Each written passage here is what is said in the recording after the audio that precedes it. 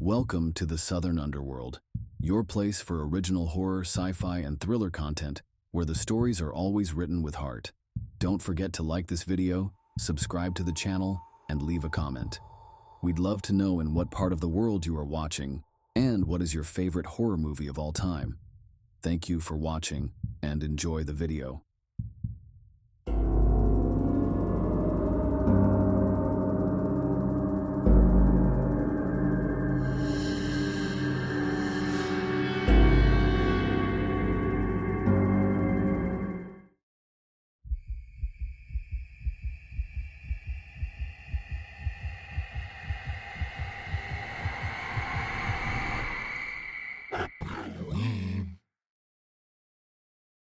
You know, I've never really told anyone the full story of why I quit my job at Thunder Peak Adventure Park.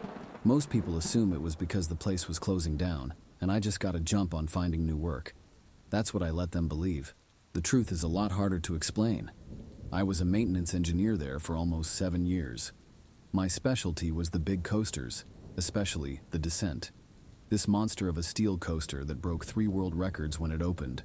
I knew that ride better than I knew my own car. Every bolt, every bearing, every inch of track. At least, I thought I did.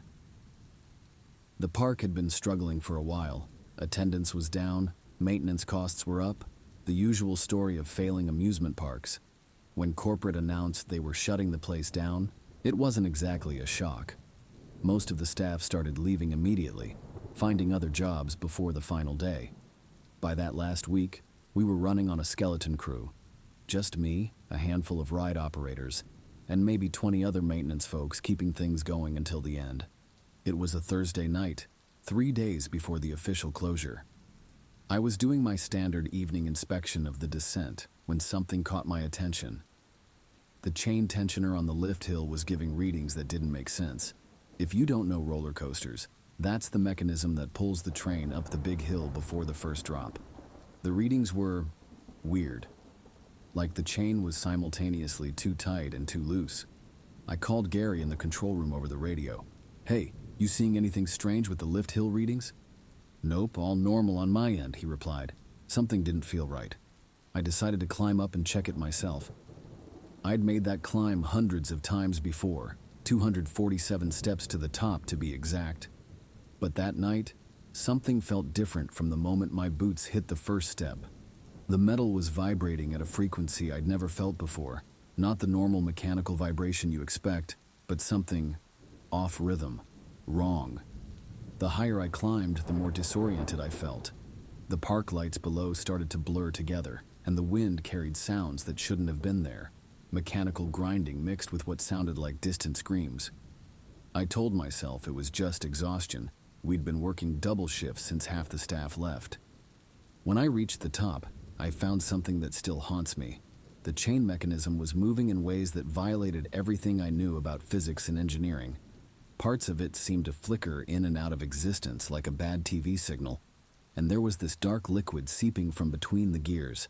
Not oil or grease, but something that absorbed light rather than reflected it. I tried to radio down to Gary again, but all I got was static and what sounded like voices played backward.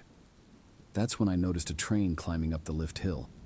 According to the schedule, there shouldn't have been any more rides that night. The park closed at 8 and it was nearly 10. But there it was, a fully loaded train. As the train crested the hill, time itself seemed to stutter. The riders, their faces were wrong. They looked simultaneously young and old, their features constantly shifting like those deep fake videos, but more fluid, more horrifying. The train didn't roll down the track like normal. It sort of skipped through space, appearing in one section and then another, without traveling the distance between. I ran down those stairs faster than I'd ever moved in my life. My heart was pounding so hard I thought it might burst. When I reached the station, Gary was gone. The control panel was covered in that same dark liquid, and the monitors showed camera angles of the park that weren't possible, views from cameras that didn't exist. I tried emergency shutdown procedures, but nothing worked. The train kept running, cycle after cycle. Each time it returned to the station, the passengers looked less and less human. Their movements became jerky and mechanical. But the worst part? Several faces stood out to me, distorted versions of people from my own life. My wife, my brother, even my dad who'd passed away years ago. I don't remember leaving the park that night. Somehow I ended up in my car, then my driveway, then lying in bed staring at the ceiling. Sleep was impossible. Every time I closed my eyes, I saw those faces, those impossible movements of the train. When morning came, I dragged myself back to the park. I had to know if what I'd seen was real or if I was losing my mind. Everything was normal, perfectly, maddeningly normal. The descent stood there in the morning sun, just a machine made of steel and paint. The chain tensioner readings were perfect. Gary was in the control room drinking coffee like nothing had happened.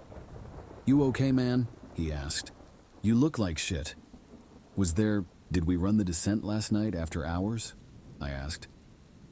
Gary looked at me like I was crazy. Course not, shut everything down at 8 just like always. But when I checked the rider count logs, there was a 3-hour gap in the data. From 9:30 p.m. to 12:30 a.m., the system recorded nothing.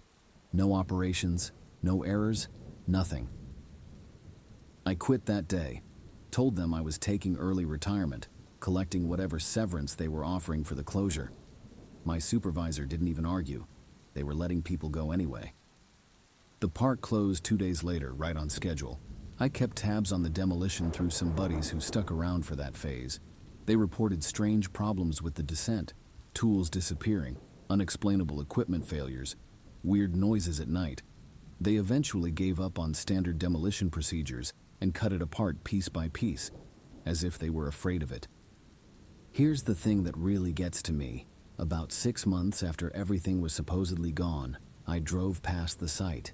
The entire park had been razed, replaced by the early construction of some generic office complex. But as I drove by, I swear I heard the sound of a lift hill chain clicking. That distinctive metal-on-metal rhythm that becomes part of your blood when you work with these machines long enough. When I looked in my rearview mirror just for a split second, I saw the descent standing there, silhouetted against the sky.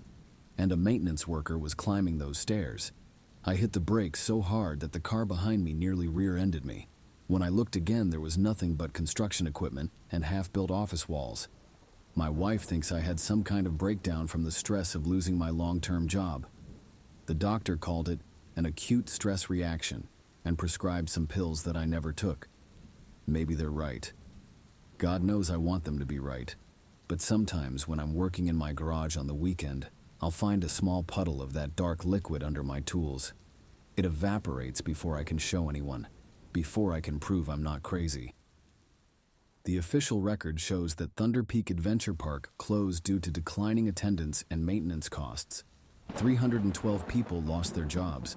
The descent was scrapped and sold for parts.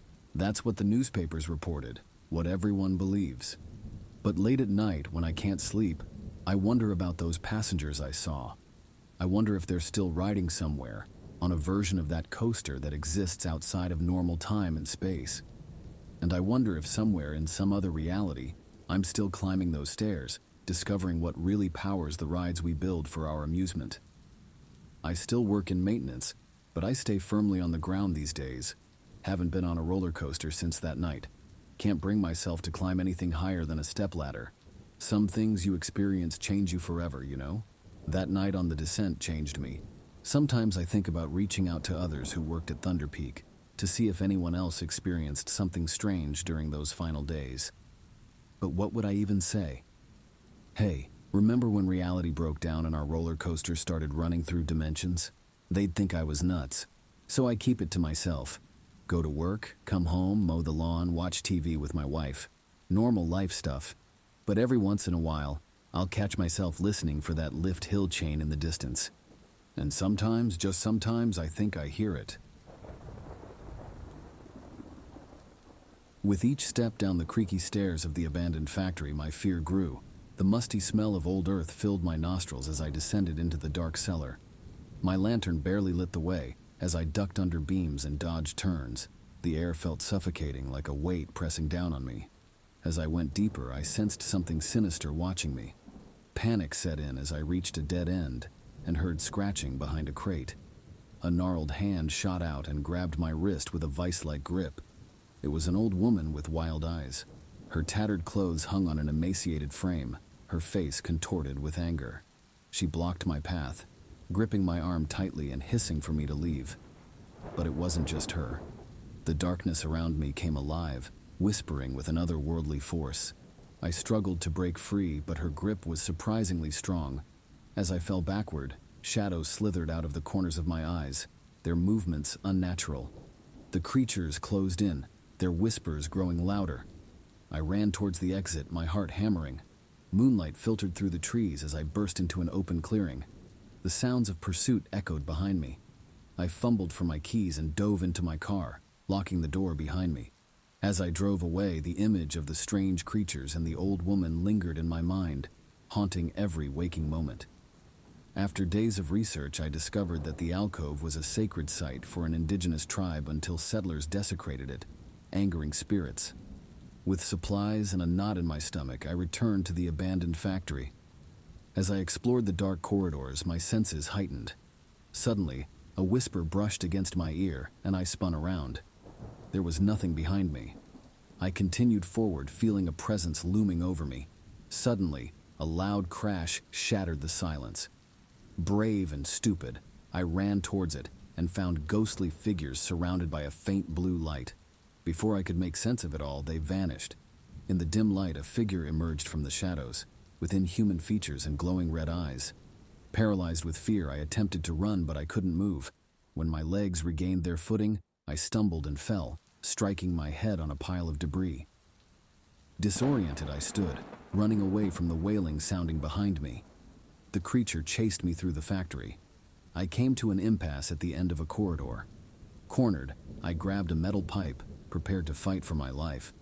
I swung at its head, the metal making full contact with its skull, disorienting the creature long enough for me to find an exit and escape to the outside. The creature gave chase, still determined to attack me, and despite my best efforts, I knew I wouldn't defeat it. Suddenly, a helicopter appeared overhead with a searchlight and megaphone ordering us to surrender.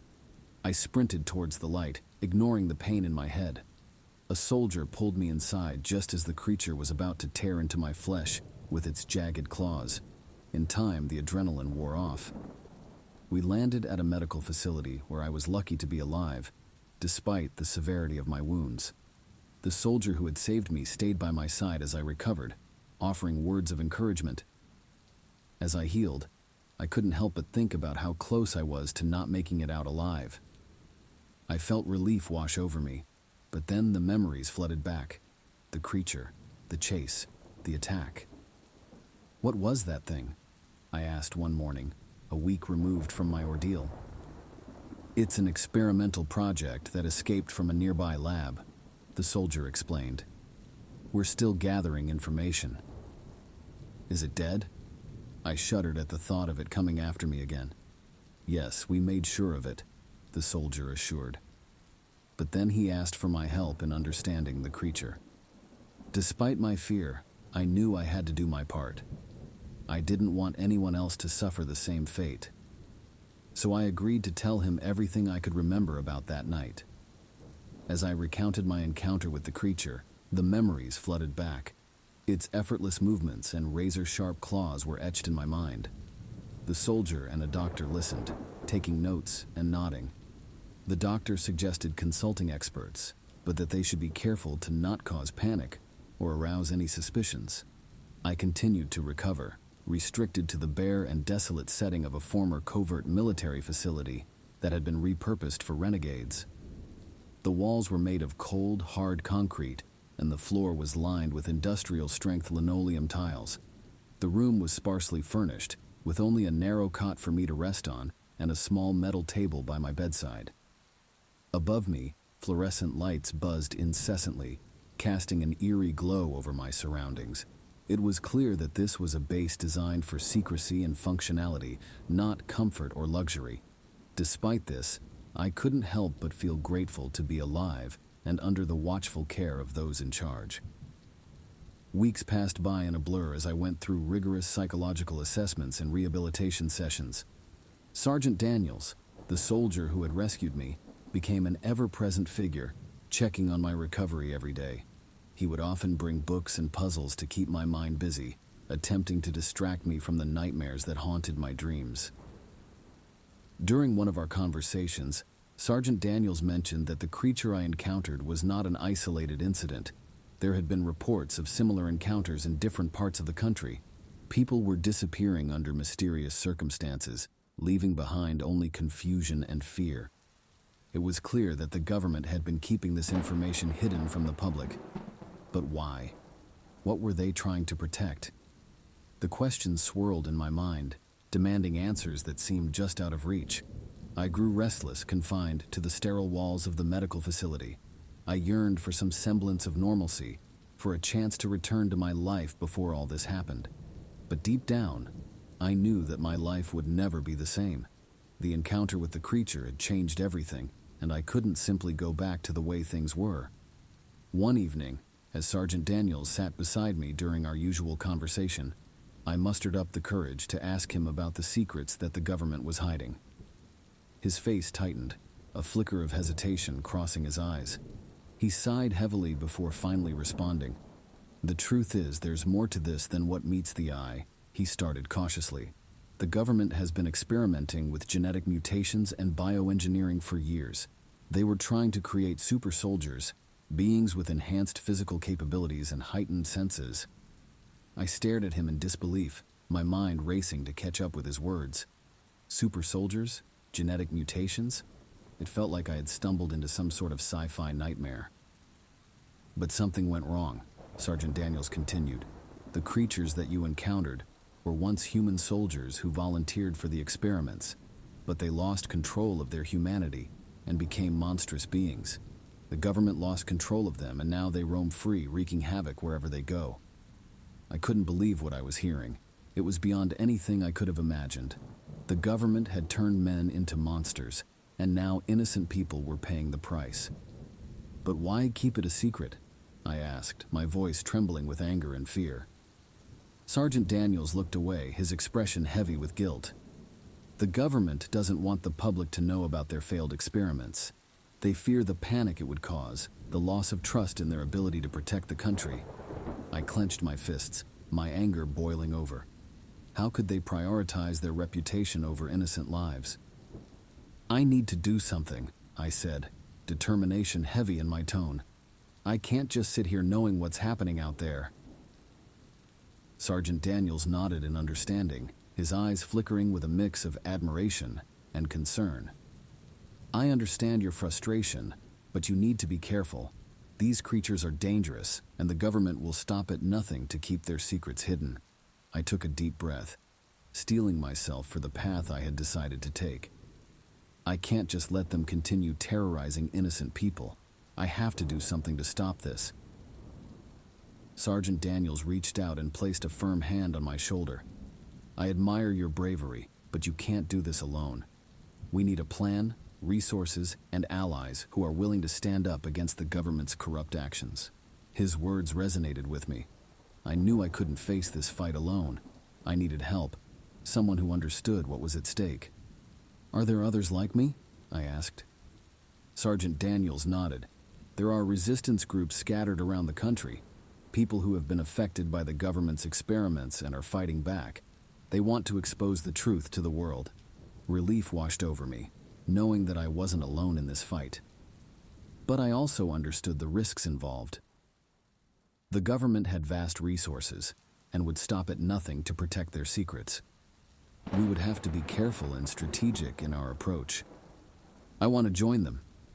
Sergeant Daniels smiled, a glimmer of pride in his eyes. "I knew you would say that. I've already been in contact with some of these resistance groups. They'll be expecting us." A fire ignited in my veins, fueling me with an unbreakable determination as I readied myself for the upcoming battle. No longer a helpless victim, I had transformed into a ferocious warrior, fighting not only for my survival, but for the countless others who had been subjected to the government's cruel experiments. Their screams echoed in my mind, pushing me forward with an unrelenting fury. This was no longer just a fight for justice. It was a war against evil itself. I never questioned why everything always went my way. The universe seemed to bend around me, creating perfect paths where others found only obstacles. That was just life. My life. Until that damned St. Patrick's Day when the truth crushed my perfect world. The neon signs of O'Malley's pub pulsed through the foggy night as I pocketed another wad of cash from their annual raffle. $5,000. The crowd's mutters followed me, bitter whispers about my endless streak of wins. I'd heard it all before, born with a silver spoon, devil's favorite, cosmic mistake. My phone buzzed. Another stock alert. My portfolio had doubled again. I grinned, stumbling slightly as I cut through the alley behind the bar. The whiskey made the world tilt pleasantly, but something else made me pause. Moonlight caught a figure leaning against the brick wall, small and crooked in a ragged green coat. Pleasant evening for counting your blessings, isn't it? His voice scraped like metal on stone. When he smiled, jagged teeth glinted in the darkness. Though I suppose you've had quite enough of those. Do I know you? The word slurred slightly as I squinted at him. He pushed off the wall, moving with uncanny grace. Oh, we've been acquainted longer than you realize. I've watched you win and win and win. But luck's a loan, not a gift. Time to settle your account. Before I could step back, his finger pressed against my forehead. Words in an ancient language hissed through the air, and fire exploded behind my eyes. I woke sprawled on wet pavement, my head pounding. The stranger had vanished, leaving only the echo of his laugh. I stumbled home, convinced it was just a drunk's hallucination. Then everything changed. My pristine Porsche crumpled like paper when a truck swerved into my lane. I walked away without a scratch, but the elderly couple behind me weren't so fortunate. Their screams still haunt my dreams. My bank accounts emptied overnight. Computer error, they claimed. No trace of my millions remained. My perfect stock picks plummeted minutes after I invested. Doors slammed in my face. Elevators trapped me for hours, and crossing the street became Russian roulette with fate. But the worst part? The faces. They started appearing in crowds, in mirrors, in the darkness of my room. Twisted, accusing faces of people I'd never met, but somehow knew. A construction worker who fell the day I got my dream job. A woman who lost everything in a fire while I won the lottery.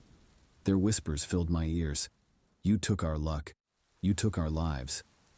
I saw the little man everywhere now, watching from windows, lurking in shadows, always wearing that razor blade smile. When I finally broke down and visited Professor O'Brien, an expert in Irish folklore, the truth shattered what remained of my sanity. The Gallowglass, she breathed, pulling ancient texts from dusty shelves.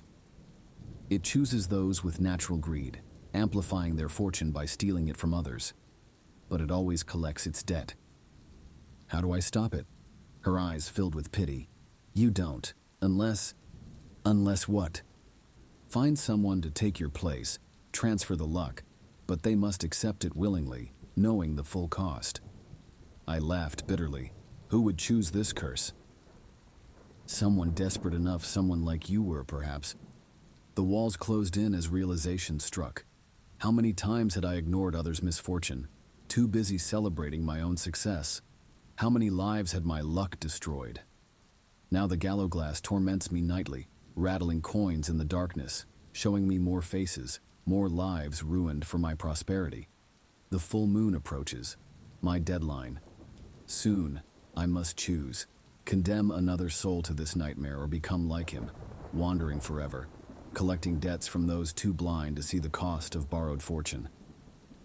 My phone rings. It's my brother, desperate for help.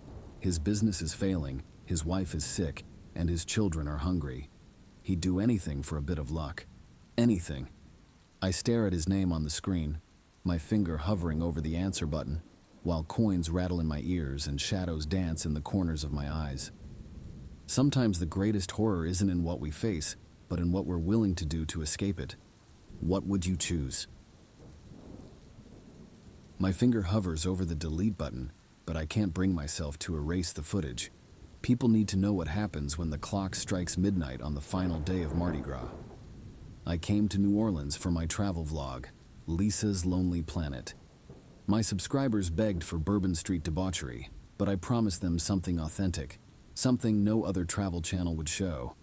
I found it. The night started like any other during carnival season. The French Quarter pulsed with drunken revelry. Beads dangled from balconies like colorful snakes. Music blared from every doorway. I filmed it all, narrating as I wove through the crowd. Supposedly, there's one last parade tonight, I told my camera, my voice hushed with excitement. Locals call it the Black Procession. It's not in any official guide. No one knows who runs it, but everyone says it's the one parade you can't miss. An elderly woman selling voodoo dolls from a cart grabbed my wrist when I mentioned it.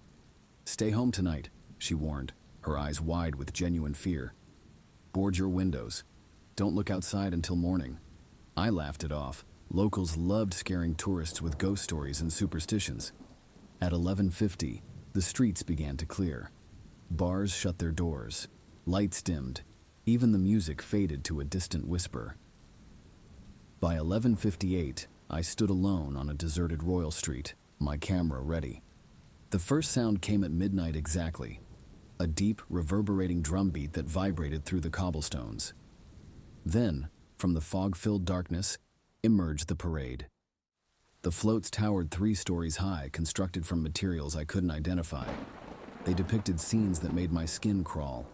Faceless figures with limbs bent at impossible angles. Jesters with mouths stretched wide enough to swallow children whole. Creatures that resembled humans, only in the vaguest sense. Most disturbing were the movements. Unlike typical parade floats with obvious mechanical parts, these seemed to pulse with life. Flesh-like surfaces rippled. Mouths opened and closed. Limbs reached toward spectators. Wait, spectators?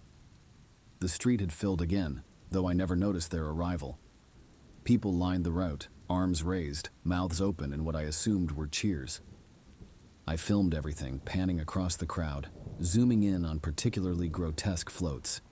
The masked figures throwing beads wore elaborate costumes with beaked masks and elongated fingers. Their movements seemed too fluid, too precise. "This is incredible," I narrated, zooming in on a jester figure whose face split open to reveal rows of teeth. "I've never seen such detailed..." The words died in my throat as a masked attendant reached into the crowd and plucked a man from the front row. The crowd continued cheering as the attendant placed him on the float. The man's body contorted, the limbs elongating and twisting until he became part of the display. Another faceless figure frozen in a position of agony. I lowered my camera, suddenly aware of the silence beneath the drum beats. No one was cheering. They were screaming. I turned to run, colliding with a tall figure in black. His mask resembled a plague doctor's, but with too many eye holes. He carried a black scepter topped with what looked disturbingly like a human hand. "You've seen too much," he hissed. "Now you join the march." The scepter touched my forehead. The world went black. I woke in my hotel room the next morning, drenched in sweat. A nightmare, I told myself. Nothing more. My camera sat on the nightstand. With trembling hands, I pressed play. The footage showed everything. The floats, the attendants, the transformations. But the audio captured what my ears had missed. Beneath the drums, pleading, weeping, prayers in dozens of languages. The angle shifted as the camera fell. The plague doctor's mask filled the frame before the recording ended. I threw open my window, desperate for fresh air. In the distance, down an alley that shouldn't have connected to any main street, I saw it. The final float from the procession, moving slowly in broad daylight. My body stood atop it, my arms frozen mid-scream, my eyes wide with terror. Below, the plague doctor looked up directly at my window. He raised his scepter in greeting. I slammed the window shut and packed my bags. I've been running ever since, but every city I flee to, I glimpse the procession in distant streets, always moving, always collecting. The footage was uploaded to my channel tonight, a warning to others. Because the Black Procession never ends. It simply parades through dimensions, through time itself, gathering new participants each year. And somehow I exist in 2 places now, here writing this warning, and there, eternally screaming atop that grotesque float.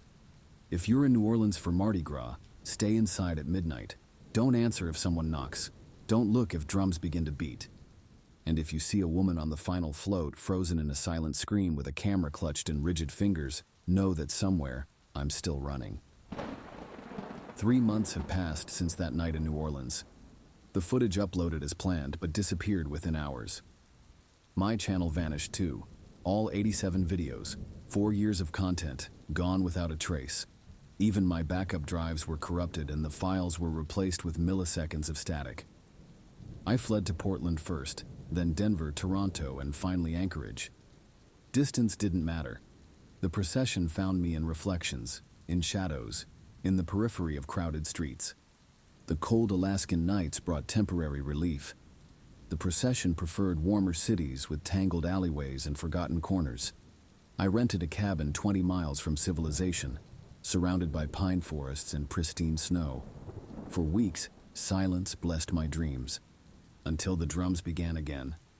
Detective Moira Walsh contacted me yesterday, a gruff voice on a crackling line, asking about my time in New Orleans. 5 tourists disappeared on the final night of Mardi Gras, she stated without preamble. Your name came up in our investigation. How? My voice cracked. Nobody knew where I'd gone. Your footage. Papers shuffled on her end. Someone uploaded it to multiple platforms. It keeps reappearing despite our takedown requests. My blood froze. That's impossible. The files were corrupted. Well, something's circulating. I need you to verify its authenticity. We arranged to meet at a diner halfway between Anchorage and my cabin. I arrived early and claimed a corner booth with a view of both entrances. The waitress poured coffee with shaking hands, her eyes darting to the windows too often. Detective Walsh arrived precisely at noon.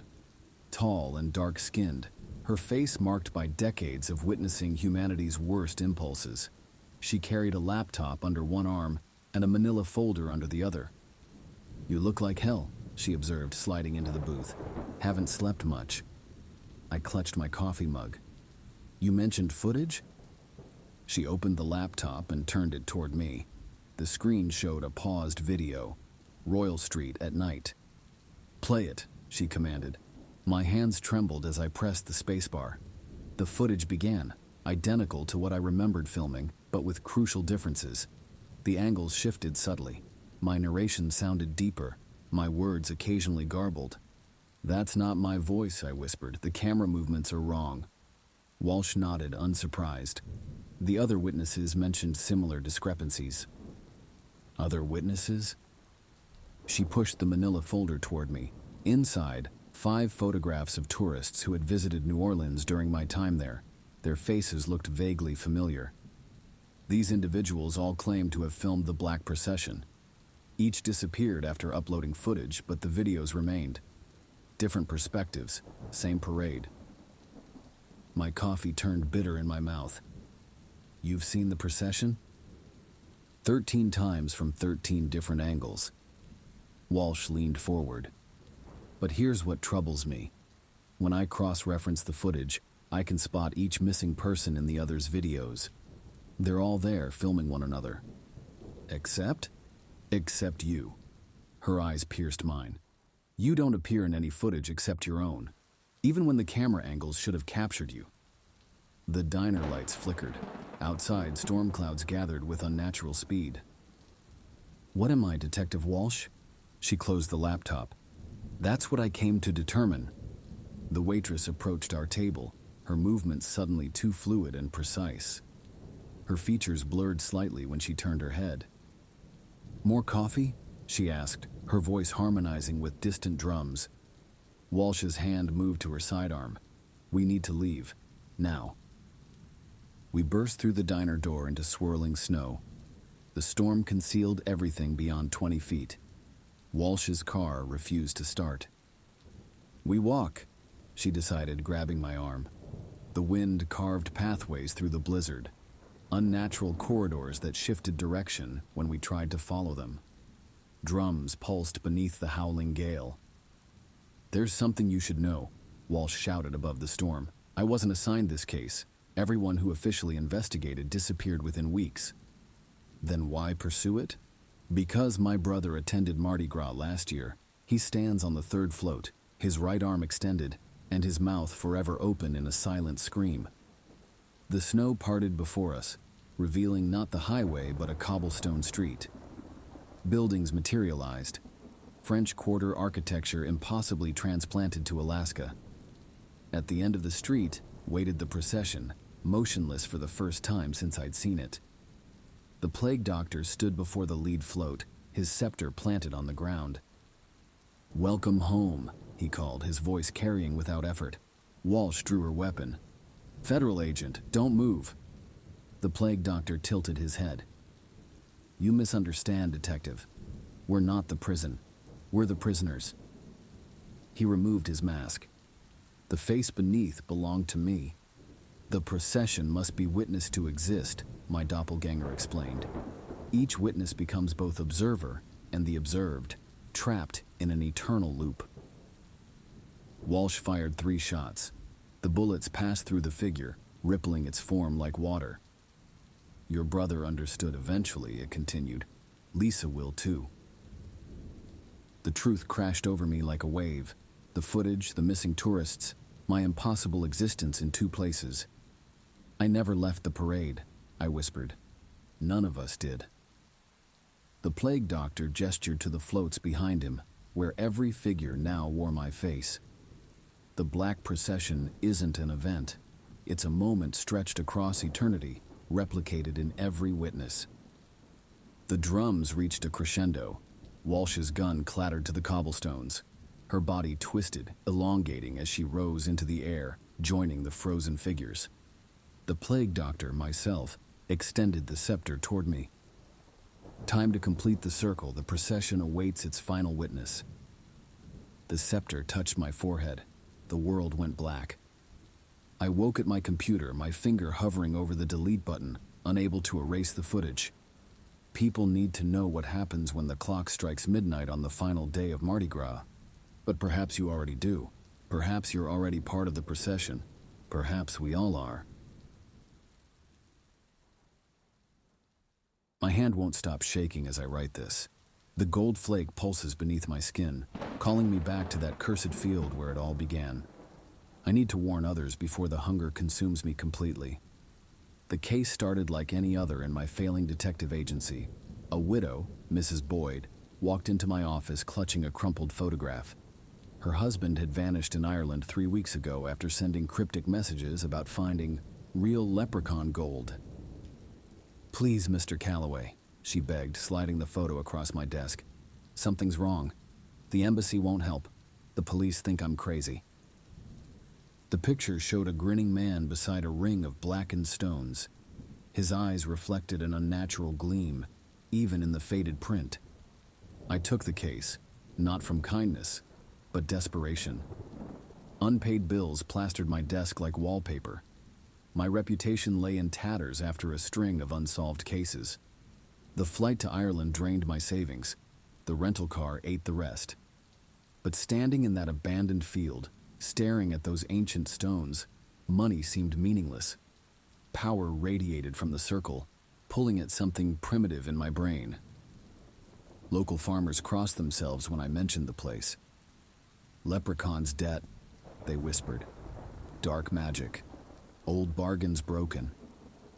I camped beside the stones, watching, waiting. On the 3rd night, golden light seeped from the earth like blood from a wound. Mr. Boyd emerged from the shadows, but something was wrong. His skin rippled like molten metal, catching moonlight in impossible ways. "More," he croaked, his fingers grasping at nothing. "I need more." I attempted to run, but Boyd moved like mercury, fluid and deadly. His hands clamped around my throat, cold, so cold. Up close I saw the horror of his transformation. Veins of pure gold threaded through his flesh. His eyes were solid amber, the pupils replaced by spinning coins. "The gold shows you everything," he rasped. "Power, wealth, immortality. Once it's inside, you understand." I broke free, but not before his golden touch left a mark. A single flake, no bigger than a fingernail, embedded in my palm. Mrs. Boyd found her husband at dawn, cradling piles of dirt and stone. His skin had hardened completely, a statue of solid gold frozen in eternal greed. She wept, touching his metallic cheek. His eyes snapped open. "It's not enough," he whispered. I fled Ireland, but the curse followed. The gold flake burns beneath my skin. My fingers twitch toward anything valuable. Yesterday, I pawned my wedding ring. This morning, I emptied my savings account. The hunger grows. I count my pocket change obsessively. Copper pennies disgust me. Only gold will do. Pure, perfect gold. I see now why Boyd couldn't stop. The gold whispers promises, shows visions of wealth beyond imagination. My skin tingles, yearning for transformation. The plane ticket to Ireland sits on my desk. The stones call to me, promising relief if I just give in. My hands shake as I write this last warning. Stay away from the black stones, ignore the golden light. Don't make the same mistake we did. But if you're reading this, it's probably too late. The gold knows your name now. I can feel it spreading through my veins, turning my blood into liquid metal. The hunger consumes everything. It's not enough. It's never enough. I found it nestled in a patch of ordinary clovers outside my apartment building on St. Patrick's Day. It had perfect symmetry, 4 pristine leaves spreading like a green star against my palm. People spend hours hunting for these symbols of luck, and I just happened to glance down at the right moment. "Finally, something good," I muttered, slipping it into my wallet. Little did I know those words would haunt me for months to come. The next morning, Maria stood in our kitchen, her bags packed. "I've met someone else," she said, avoiding my eyes. "I'm moving out today." 8 years together ended in 5 minutes. That afternoon, my boss called me into his office. "Budget cuts," he claimed, but his smile didn't reach his eyes as he handed me my termination papers. At the gym, attempting to work off my frustration, my ankle snapped during a routine run. The doctor said I'd need surgery. 3 disasters in one day seemed unlikely, but I blamed coincidence, until the pattern emerged. My bank account was drained through mysterious transactions. My car's brakes failed on the highway. A pipe burst in my ceiling, flooding my apartment. Each day brought new catastrophes, each worse than the last. The shadows started moving wrong. Dark shapes darted just beyond my peripheral vision. Sometimes I caught glimpses of figures watching me, their faces twisted masks of pity and guilt. Desperate for answers, I researched 4-leaf clovers late into the night. Most sites spouted the usual luck propaganda, but buried in an old folklore form, I found something different. A warning about reverse clovers, cursed vessels that didn't grant luck, but drained it. The post described my exact symptoms. The only cure? Give the clover away, but the recipient had to accept it willingly. I tried everything, offered it to strangers as a lucky charm. I left it in public places with enticing notes, posted it for sale online, but something always interfered. The clover remained stubbornly in my possession like a parasite refusing to let go. Then came the revelation that shattered my world. Someone had done this to me deliberately. Someone had known exactly what this lucky clover would do, and they'd chosen me as their victim. My nights were consumed by questions. Was it a stranger or someone familiar? How long had they borne their curse before it was transferred to me? As weeks passed, my desperation grew. The accidents got worse. Fire nearly claimed my new apartment. A falling air conditioner missed my head by inches. The shadows crept closer, whispering promises of worse to come. That's when I met Tommy. He sat alone on a park bench, head in his hands. When I approached, his story spilled out. Wife dying of cancer, mounting medical bills, 2 young kids to feed. He needed a miracle. The clover burned in my pocket. "I have something that might help," I heard myself say. My hand shook as I pulled it out. A 4-leaf clover. For luck. His eyes lit up. Hope replaced despair as he reached for it. "Really? You'd give this to me?" I hesitated. Images of his future flashed through my mind. Disasters, accidents, that creeping darkness that had haunted my days. But self-preservation won out. "Take it," I whispered. "It's yours." The moment his fingers closed around it, my world shifted. Colors brightened. The shadows retreated. I could breathe again.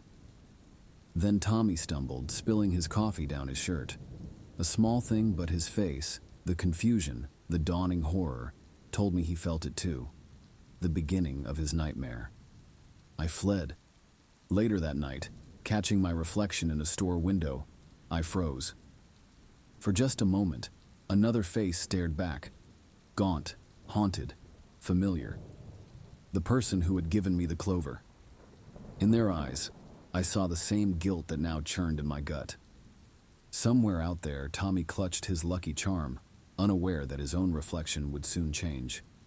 And somewhere else, another cursed clover waited to be found, ready to trap its next victim in this endless cycle of desperation and choice. Sometimes I wonder if Tommy kept it, or if he too reached his breaking point and passed it on, but I never went back to check. Some questions are better left unanswered. I never planned to spend eternity in a bar, but here I am, trapped in this verdant void, watching another group of victims stumble through our door. The memories of that night pierced through my mind like shattered glass. March 17th, 2024. Boston's streets pulsed with life as my friends and I wandered through the cobblestone maze of downtown, our heads buzzing from too many pints at the local pubs. "Look at this place," Aaron said, pointing to a narrow staircase descending between two brick buildings. A neon shamrock flickered above, casting an otherworldly glow on the wet pavement. None of us remembered seeing it before, despite passing this spot countless times. The doorman materialized from the shadows. His skin glowed like moonlight, and his emerald eyes burned through the darkness. "Welcome to the green room," he purred, gesturing toward the entrance. "Tonight, indulgence comes without cost." The scent of whiskey wrapped around us like silk as we descended. The bar stretched endlessly into darkness, its mahogany surface gleaming under emerald lights. Every patron wore green, suits, dresses, scarves, their faces frozen in perpetual ecstasy. Jason grabbed my arm. "Something feels wrong," he whispered, but the bartender appeared before us with shots of vivid green liquid. "First rounds on the house," she said, her smile too wide, too sharp. The liquid burned like frost and fire. The room began to spin, conversations blending into a hypnotic symphony. I watched the same man tell the same joke 3 times. A woman by the piano laughed identically every few minutes. "I need the bathroom," Aaron announced, pushing through the crowd. We never saw her again. Jason gripped the bar counter, his face pale. "The mirror," he gasped. "My reflection. It winked at me. Then it walked away." Panic clawed at my chest as we searched for the exit. The door had vanished, replaced by a massive, pulsating shamrock carved into the wall. Green light spilled from its edges, drawing us closer like moths to a flame. The bartender appeared behind us, her teeth glinting like needles. "The green room isn't a bar," she hissed. "It's a threshold. And now, you belong to it." We ran. The shamrock pulled us in, its light consuming everything. When I opened my eyes, I wore an emerald suit. My smile felt painted on. Jason stood beside me in a green vest, his eyes vacant. Now we serve a darker purpose. Every St. Patrick's Day, we lure fresh souls into our eternal party. I watch them enter, knowing their fate. Their terror mirrors my own from that cursed night, but I can't stop myself. My words flow automatically, welcoming them to their doom. The green light pulses, the music plays, the drinks flow, and somewhere in this twisted realm, Erin still searches for that bathroom she'll never find. I see you there, reading this on your phone, planning your St. Patrick's Day celebrations. Consider this a warning. If you spot a bar with a flickering shamrock sign, if a pale doorman offers you free entry if the air smells of whiskey and regret, run. But you won't, will you? They never do. And I'll be waiting, dressed in green, ready to buy you a drink you'll never finish. After all, the green room always needs new performers for its eternal show. The neon shamrock flickers. Another group approaches the stairs. "Welcome to the green room. Tonight, indulgence comes without cost." I remember the exact moment my lover became a monster. We sat beside our dying campfire on Valentine's Day. snow drifting down in perfect silence. David handed me a glass of wine, his smile sharp as a blade. The same scene had played out countless times before. Same fire, same wine, same loving words that slithered from his lips like poison. I lived that moment over and over, trapped in a loop of his making, watching him transform from the man I loved into something that wore his skin. "Drink up, darling," he purred, his eyes reflecting the flames.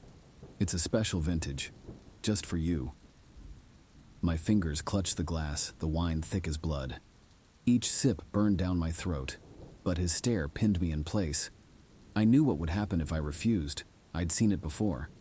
The rage that twisted his handsome face, the darkness that consumed him. Time blurred as the drugged wine took hold. The forest spun around me, branches reaching down like claws. But this time was different. This time, I had a plan. "Remember when we met?" I forced the words out, fighting the potion's pull. "You said I was the bravest woman you'd ever known." His expression softened for a heartbeat. "You still are." My hand crept to my pocket, fingers wrapping around cold silver. The ancient locket I'd discovered in his cabin, hidden beneath floorboards stained with old blood. Inside lay a mirror that showed true reflections, the kind that trap monsters. "Tell me you love me," I whispered. He leaned close, breath frosting in the air. "Forever, my Valentine." I yanked out the locket and snapped it open. The mirror caught his face, and David screamed. His features melted like wax, revealing the horror beneath.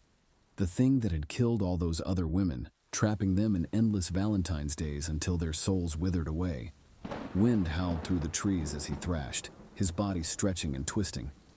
The mirror pulled him in, sucking away the monster wearing my lover's face. His screams pierced the night until suddenly, silence. I collapsed in the snow, clutching the locket, the prison that now held him. The fire had died, leaving me alone in the dark with my victory and my grief. Dawn crept over the horizon as I stumbled through the woods. Each step took me further from our ruined campsite, from the ashes of our love. My muscles burned from fighting his influence, but my mind felt clear for the first time in months. The frozen creek ahead mirrored the sky, ice crackling under my boots. I stopped to study my reflection, pale, exhausted, but free. The locket hung heavy around my neck, occasionally twitching as he raged inside. Sometimes I wonder if David was always a monster, or if love twisted him into one. If the man I fell for ever really existed, or if he was just another mask. But those questions don't matter anymore. I buried the locket deep in the woods, marking the spot with a ring of stones. Let him spend eternity reliving our last Valentine's Day, trapped in an endless loop of his own making. It seems fitting somehow. The police never found the other women's bodies. They're still out there somewhere, scattered across his hunting grounds like fallen leaves.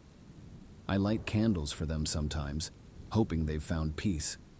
I still jump when someone offers me wine, still flinch at the sight of campfires, but the nightmares are fading, replaced by a different kind of strength, the kind that comes from surviving. Love makes monsters of us all in its own way, but some of us learn to fight back. Some of us learn to break the cycle. Now I watch other couples on Valentine's Day seeing the darkness that sometimes lurks behind their smiles, and I keep the directions to that buried locket close, just in case I meet another monster wearing a lover's face. After all, someone has to protect the brave ones who haven't learned to protect themselves yet. I trace the shamrock on my door every morning, wondering when the golden thread will come from my lips. The blood has dried brown now, but my name beneath it gleams fresh and wet. Always wet, never drying. My mother's bedroom remains untouched. Her coffee cup still sits on the kitchen counter, lipstick staining the rim. I can't bring myself to wash it. It started with my article about the missing Walsh twins.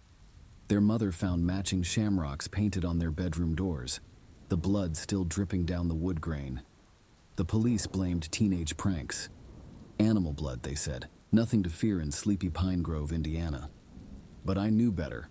I'd heard the whispers. More pairs vanished. The Martinez sisters from the grocery store. Old Bill Thompson and his grandson. Each disappearance was marked by those bloody shamrocks, like some twisted calling card. My research led me to town records from 1973. 6 people vanished that March, and in 1923, 6 more. Always in pairs, always before St. Patrick's Day. The papers called it the curse of the Clover Man. Dana helped me dig deeper. We found journals, letters, and police reports, all describing a faceless figure in black, carrying a golden sickle. He whispered names in the dark, hunting soul twins for his bloody harvest. "You're obsessed," Dana said that last night, packing up the archive boxes. "Some stories should stay buried." She disappeared 3 days later. I woke to tapping on my window. Dana stood outside, pale as moonlight. Her eyes stared through me, empty as the winter sky. Gold thread zigzagged across her lips, pulling the skin tight.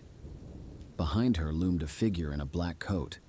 Where his face should have been, shadows writhed like smoke.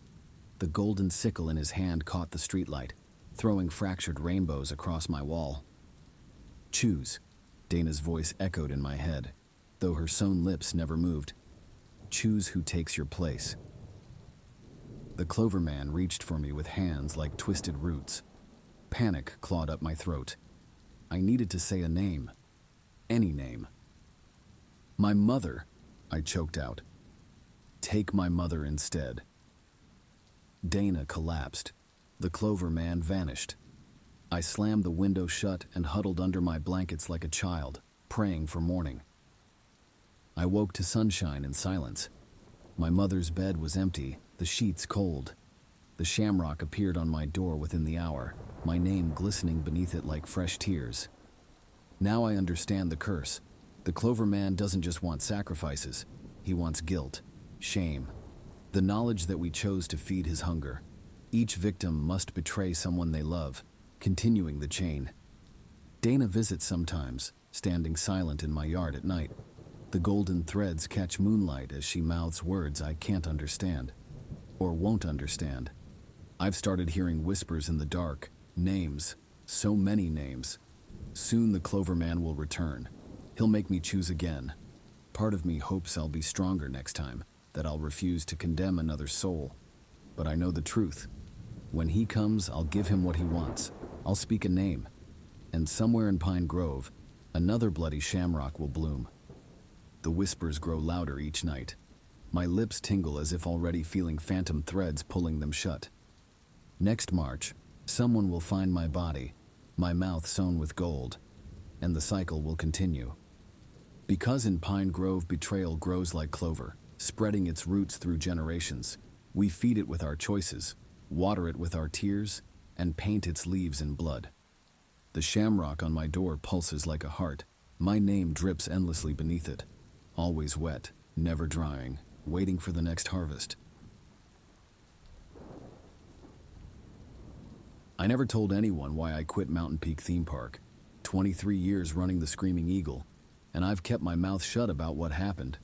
Most folks would think I'm crazy anyway. But after last summer, I figure someone ought to know the truth. It all started back in '99 when Mark Stevens died. Mark was our head engineer, a brilliant guy who designed the Eagle from scratch. The official report called it an accident, said he didn't secure his harness during a morning inspection, but that's bull. I was there that day. His harness was fine. Something pulled him off that track. Things went back to normal after that. Well, as normal as they get when you're operating a coaster that hits 85 miles per hour and pulls 4 Gs. The Eagle was always the park's star attraction. People came from all over just to ride it. Then the disappearances started. Not many at first, maybe one every couple of years. Someone would get on at the station, clear as day on our cameras, but when the train came back, their seat would be empty. The first few times, management figured they must have somehow gotten out mid-ride, which is impossible if you know anything about roller coasters. Park higher-ups buried everything, paid the families, and called it guest misconduct in the paperwork. I might have bought that explanation if I hadn't started seeing Mark on the security feeds. Not all the time, just certain days, Valentine's Day, Christmas Eve, Mother's Day, family holidays. He'd show up as this dark shape next to specific riders, always in the back row, always right before that Cobra roll where he died. At first, I thought I was losing it.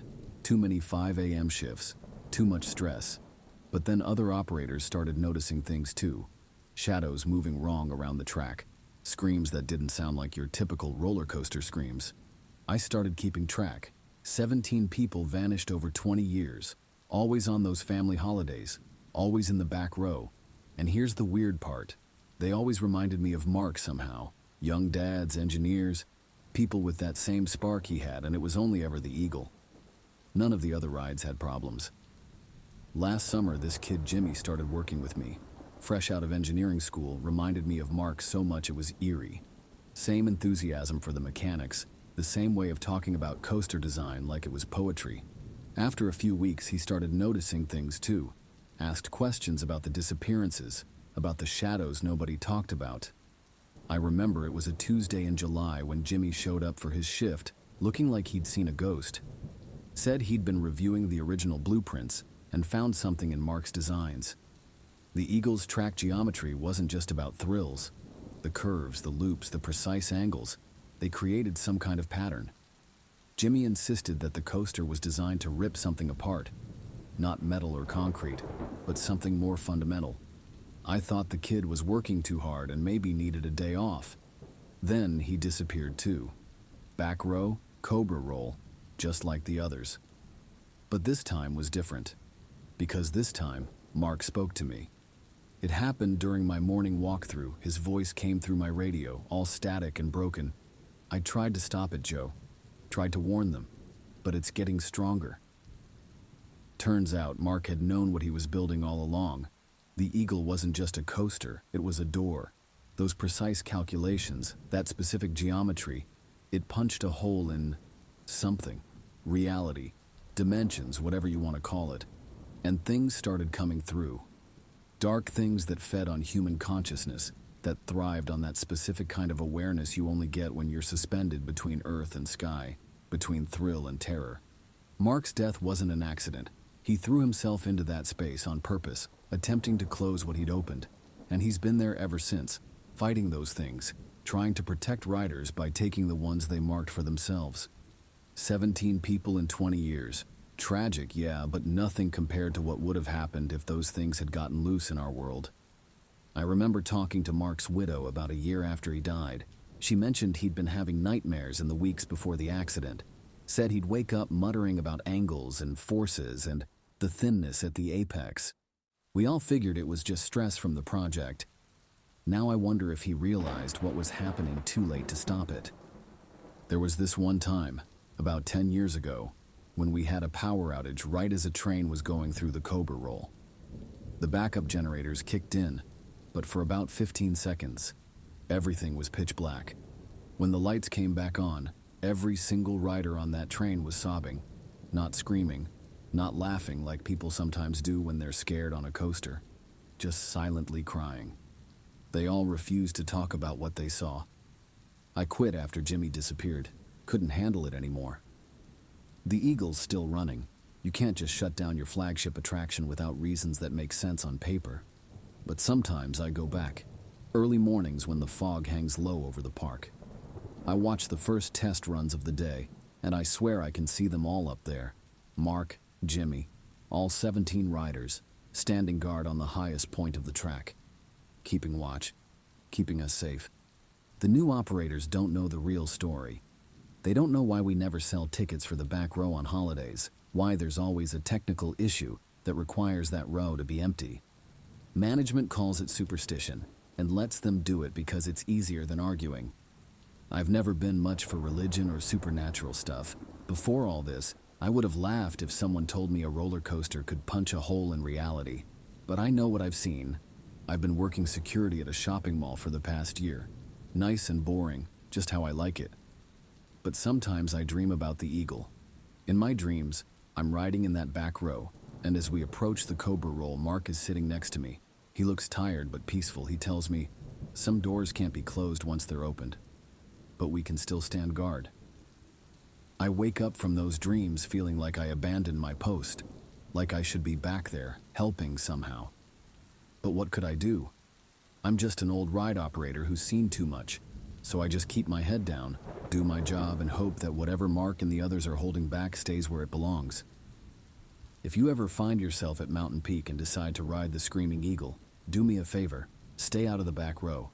And if you feel something brush past you in the Cobra roll, or hear a voice in the wind that sounds like static on a radio, just know that Mark Stevens is still up there, still protecting us all. Some sacrifices don't end with death. Some duties carry on. That's the truth about why I left. Believe it or not, doesn't change what happened, but I'll sleep better knowing I've finally told someone. You know how people always talk about their crazy St. Patrick's Day stories? Well, mine isn't about getting drunk or finding a lucky penny. Mine's about how I almost got turned into some kind of emotional vampire and how I ended up having to save the entire city. I know it sounds insane, but hear me out. I've always hated St. Patrick's Day, just not my scene. All those packed bars with people wearing plastic shamrock necklaces and fake Irish accents. But last year, I thought I'd try something different. I downloaded this dating app called Kiss Me Clover. Yeah, I know, the name should have been my first warning. The app looked normal enough, just your typical dating interface with a St. Patrick's Day theme. Little green clovers showing matches nearby, this cheesy leprechaun mascot winking at you. I matched with this guy Alex right away. We chatted for a bit and he seemed pretty normal, funny even. When he suggested meeting at this new underground bar downtown, I figured why not? The bar was one of those trying too hard hipster places, all dark wood and whiskey bottles. Alex looked better than his photos. Tall, nice smile, hazel eyes. We had a few drinks, things were going well, and then we kissed. After that, everything went sideways. It felt wrong. Like really wrong. When I pulled back, his eyes had changed color. They were this sick yellow color, like a cat's eyes but worse. And his skin had gone all pale and clammy. I knocked over my drink getting away from him, but I didn't care. I just ran. Here's where it gets even crazier. When I got home, I started seeing all these social media posts about people getting sick after using the Kiss Me Clover app. Everyone had the same symptoms: pale skin, yellow eyes, and this weird obsession with finding someone to kiss. It was spreading like wildfire. I dug into the app company, but there was almost nothing about them online. That's when I started researching old Irish folklore. Don't ask me why, I was desperate, and found something about a fey banshee that could steal people's ability to feel love, leaving them desperate for affection. Somehow, this thing had gone digital. I spent days trying to figure out what to do. The streets were getting dangerous, all these infected people wandering around trying to kiss anyone they could find. I finally found this old story about burning a 4-leaf clover under a full moon while saying some ancient words. Look, I know how that sounds, but when you're desperate enough, you'll try anything. The ritual seemed to work, at least partially. It led me to the source, this office building downtown, where the app company was supposedly based. The whole place was glowing green, like something out of a sci-fi movie. Inside, I found a room full of servers, all pulsing with this weird light. And there was this thing. Tall, skeletal, with skin like toxic waste and yellow eyes. The fey banshee itself. I had brought some homemade firebombs, again desperate times, and started throwing them at the servers. The creature screamed like nothing I've ever heard before. The entire place went up in flames, but it worked. The app disappeared from everyone's phones and the infected people returned to normal. The official story is that it was all mass hysteria, maybe some kind of drug in the water system. But I know what I saw. Sometimes I still see people who were infected. They're normal now, but they have this haunted look in their eyes. They remember. I refuse to use dating apps now. I don't celebrate St. Patrick's Day at all, but I keep watching just in case. Because the scariest part isn't that this happened, it's that it could happen again. These days we invite evil right into our phones, never questioning what's really behind that friendly interface or cute mascot. So yeah, that's my St. Patrick's Day story. Not your typical drunk in a bar tale, but I promise you every word is true. Well, at least as true as I remember it. The whole thing still feels like a nightmare sometimes, but the burn scar on my arm from those homemade firebombs, that's real enough. Heart-shaped decorations hung listlessly in the frigid gray light of dawn, casting eerie pink shadows on the damp cobblestone streets of Cupid's Hollow. Valentine's Day, typically a time of sugary happiness and romantic gestures, now brought a sense of foreboding and unease. The air was thick with a growing fear, emanating from the whispers of townspeople and the malicious presence of a mysterious cloaked figure. This embodiment of love turned sinister lurked in the shadows, wielding arrows that didn't pierce physical bodies but rather pierced the depths of one's soul, leaving behind scars of heartbreak and despair. The once charming town held a haunting aura, its innocence tainted by a dark force. The first victim was Mr. Fitzwilliam, the timid baker with a perpetual dusting of flour on his apron. While kneading dough for his famous cinnamon buns, an arrow struck him in the back. He tumbled head over heels and landed at the feet of his first customer of the day, Mrs. Peabody. Despite her advanced age and hunched stature, she let out a cackle that could curdle milk. Mr. Fitzwilliam's love, twisted by the curse, manifested as a monstrous sourdough loaf. Its crust was alive with pulsating eyes, and its yeasty innards emitted muffled screams for help. The bakery, once filled with warmth and the comforting aroma of freshly baked goods, now reeked of fear and despair. Panic swept through the town. Sarah, the cynical owner of the quaint bookstore, observed with mounting dread as her best friend and eternal optimist, Emily Knowles, fell under the spell of Mr. Tibbets, the taxidermist. His stuffed owls gleamed with a hunger that made Sarah's skin crawl. Despite Mr. Tibbets's many declarations of love for Sarah, she remained immune to his charms, her jaded heart shielding her from the arrows. But Sarah knew they had to act fast before Emily was completely consumed by Mr. Tibbets's seductive tricks. Elias, the stoic carpenter with secrets shrouding his every move, joined forces with Sarah in a quest for answers. Together, they scoured the dusty annals of the town's forgotten library. Amongst the rows of aged books and parchment, they unearthed a leather-bound volume that whispered of misplaced affections and vengeful spirits. Within its yellowed pages lay a chilling spell, capable of twisting love into a nightmare born from the beloved's deepest fears. But time proved to be a fickle Valentine, ticking away as the town underwent a grotesque transformation, where twisted affections ruled over all.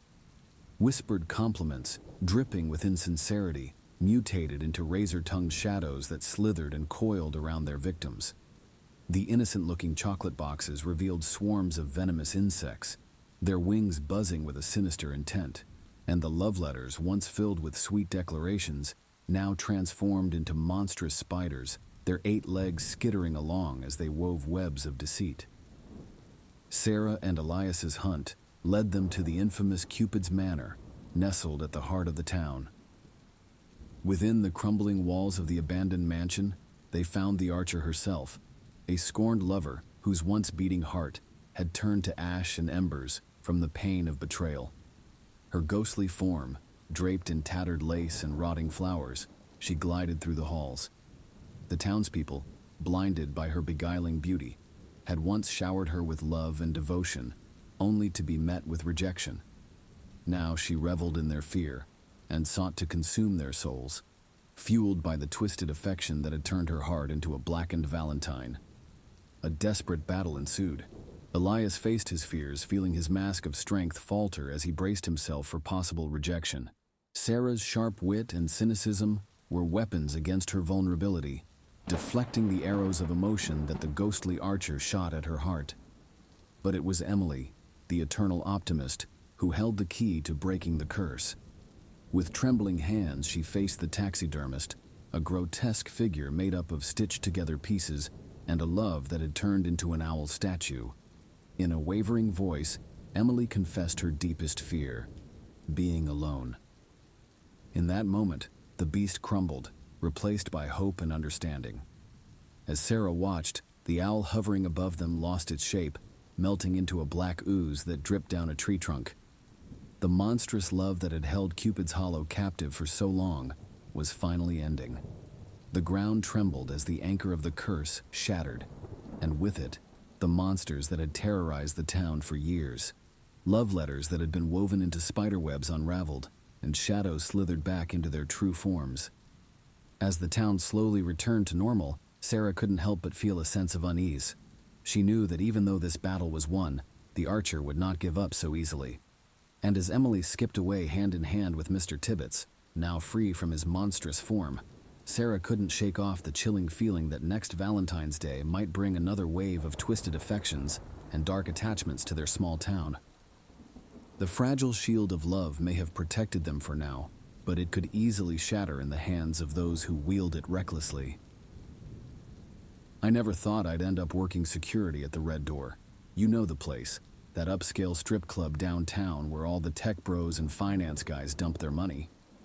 The pay was decent though, and the 3 a.m. to noon shift meant I could avoid most of the chaos. Plus, the dancers were cool, always sharing their pizza and telling wild stories during breakfast. But weird shit started happening about 2 months in. At first, it was small stuff I could brush off.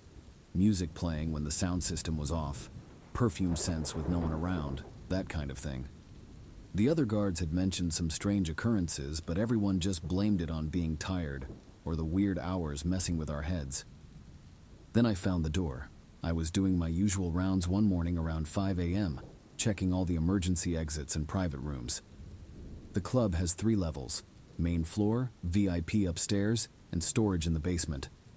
I knew every inch of that place and had walked it hundreds of times. But that morning, there was an extra door on the basement level, right between storage rooms B and C. Here's the thing. I had the building's blueprints memorized as part of my job. There was no door there. Never had been. But there it was. This heavy red door with ornate brass hardware that looked way older than the building itself. I radioed Jeremiah, the other guard on duty. Hey, you ever notice that fancy door between B and C? Static. Just fucking static. I pulled my phone out to take a picture, but the screen went black every time I pointed it at the door. That's when I should have noped the hell out of there. But curiosity is a bitch, right? The door wasn't locked. The handle turned smooth as butter like it was inviting me in. Inside was, well, it looked like the Red Door, but wrong. Like someone had tried to recreate the club from a dream. The stage was there, but it curved impossibly. The mirrors on the walls reflected things that weren't there. And the poles? They stretched up into darkness with no ceiling in sight. That's when I heard the music. Not our usual top 40 remix bullshit, but something older. Way older. Like those scratchy jazz recordings from the 1920s, but played backward and underwater.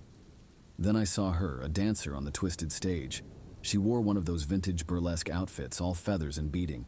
But when she turned, when she turned, her face was mine, not someone who looked like me.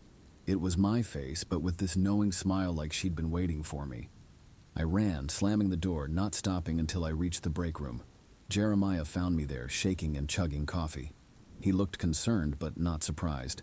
You found it, didn't you? He asked. The Red Door? Turns out I wasn't the first. Jeremiah took me to the club owner's office and showed me the files. Newspaper clippings from when they first broke ground on the building in 1923. The original Red Door had burned down, taking 12 dancers with it. They never found the bodies. But here's the fucked up part. In every article, there was a photo of one of the dancers. Same face, different names. My face. In yellowed photos spanning 100 years, there I was, trapped in an endless performance. I quit that night. Or I tried to. But every security job I took after that. Somehow it was always the Red Door. Different names, different cities, but the same place, the same door, the same dancer with my face. The truth? That door isn't just a door. It's like a hungry mouth. The club feeds it with energy, music, desire, cash changing hands, drinks flowing. All that human wanting feeds whatever dwells behind that door, and sometimes it wants more than just energy. I understand the music now. Those backward jazz songs tell stories about things that lived here before us, things that sleep under cities until we wake them up with our neon lights and dollar bills. These days, I still work security at the Red Door. Different name tags in different cities, but always the same shift.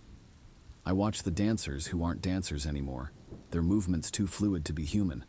I guide drunk customers away from that basement door, knowing some will find it anyway. The hungry thing beneath the club always needs new performers. My reflection gets a little fainter each year. Sometimes I catch myself moving like her, the dancer with my face. The original me, maybe. Or the future me. Time gets weird behind that door. The worst part? I'm starting to like the music. Those twisted jazz songs make sense now. They tell the truth about places like the Red Door, how they exist in every city, feeding things we pretend not to see. How some doors only open one way and some stages never let you leave. It's 5 a.m. now. My radio's crackling with static. Someone new will find the door tonight. Another security guard will see their own face dancing on that impossible stage. The show must go on, right? After all, in this business, the customer is always right. Even when the customer is you, trapped in an infinite encore of brass poles and backward jazz. The Red Door keeps expanding, reality bending around our endless shift. We serve powers beyond comprehension, feeding an ancient hunger one dance at a time. Let me tell you about the St. Patrick's Day that nearly cost me my life. 6 of us, all Americans fresh out of college, had saved up for what we thought would be the trip of a lifetime to Dublin. You know, experience the real deal. Authentic Irish pubs, live music, rivers of Guinness. Man, we were so naive. The night started perfectly.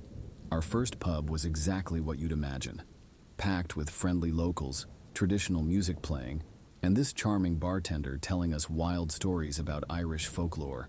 His accent was thick as honey, and we hung on to every word about leprechauns and banshees. We were living the dream.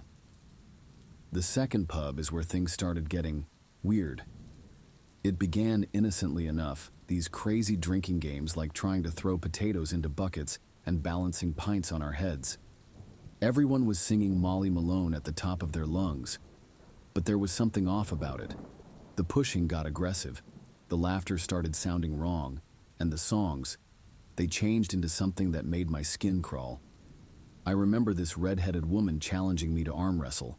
Her grip was unnaturally strong, and when I somehow won, the look she gave me, it wasn't normal. It was like watching something inhuman trying to act human and failing. By the third pub, everything had gone sideways. The place was dark, smelling like stale beer and something metallic that reminded me of blood. Instead of happy drunks, we found people huddled around a table, chanting in some language I'd never heard.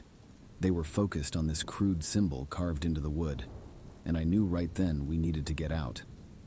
We tried to leave, but the bartender blocked our path. "More crack, lads," he said. But his voice, it wasn't friendly anymore. It was like hearing a wolf try to sound like a sheep. We ran. God, we ran through those twisting Dublin streets that suddenly felt like a maze designed to trap us. That's when they got Tom, just gone, yanked into the darkness by something we couldn't see. We found this old church and broke in through a window, hiding behind an overturned altar. That's when Lisa screamed. These things were coming through the stained glass windows. Not people. Creatures with claws and glowing green eyes. Their leader looked like death itself, wearing tattered robes and speaking that same awful language we'd heard in the pub. I tried fighting back with a candlestick, but something invisible threw me against the wall. That's when I realized what was happening. This wasn't just some drunk tourist getting into trouble. This was a trap. The whole night had been carefully planned to lure in sacrifices for whatever ancient horror these things worshipped. Then I remembered something from the bartender's stories. Not the cute touristy stuff, but something darker he'd mentioned. I tore a page from an old prayer book and drew a symbol I'd seen in the pub, but reversed it. The creatures stepped back when they saw it. I started repeating words I'd heard earlier that night, broken Gaelic probably, but I put everything I had into it. The temperature dropped, and the shadows seemed to come alive. Their leader let out this scream that felt like it was tearing reality apart, and then this blinding light erupted from my symbol. They just dissolved into green smoke. When the police found us the next morning, they blamed it on a gas leak. But we knew what really happened. We'd seen behind Dublin's friendly facade into something ancient and evil that still lives there, waiting for more tourists who don't know any better. I don't celebrate St. Patrick's Day anymore. I can't stand the sight of green beer, and I can't hear Irish music without feeling sick. Sometimes I wake up hearing that chanting, and I check the news for missing tourists in Dublin, because I know those things are still there, still hunting, still waiting for the next group of Americans who think they're just going on a fun pub crawl. But hey, at least now you know why I never order Guinness and why I get nervous when people start singing drinking songs. Some traditions are better left alone, and some celebrations hide monsters behind their smiles. I never thought a security job at an amusement park would change my life, but here we are. Back in 2019, I was working nights at Lakeside Amusement Park. It was mostly a boring gig. Chase away some drunk teenagers, make sure nothing gets vandalized, clock out at dawn. The pay was decent and it allowed me to take classes during the day. I was just trying to make it through my final 2 weeks there when everything went sideways. There was this old wooden roller coaster at Lakeside called the Vortex. It had been there since the 60s, and like most wooden coasters, it was loud and rickety. But something about it always felt off to me. During the day, it blended in with all the other rides, the screams, the rumbling, the excitement. But at night, when the park was empty and quiet, that thing had a presence. It was about a week before my last day when I first met Pete. I was doing my regular rounds near the Vortex when I spotted this older guy just hanging around the loading platform. He was wearing this super faded Lakeside staff shirt that hadn't been in circulation for decades. "Sir, the park's closed," I called out, my hand hovering near my radio. He turned around slowly. "I know, I used to work here, maintenance crew for the Vortex." I should have called it in, that's protocol. But something in his expression made me pause. He looked haunted.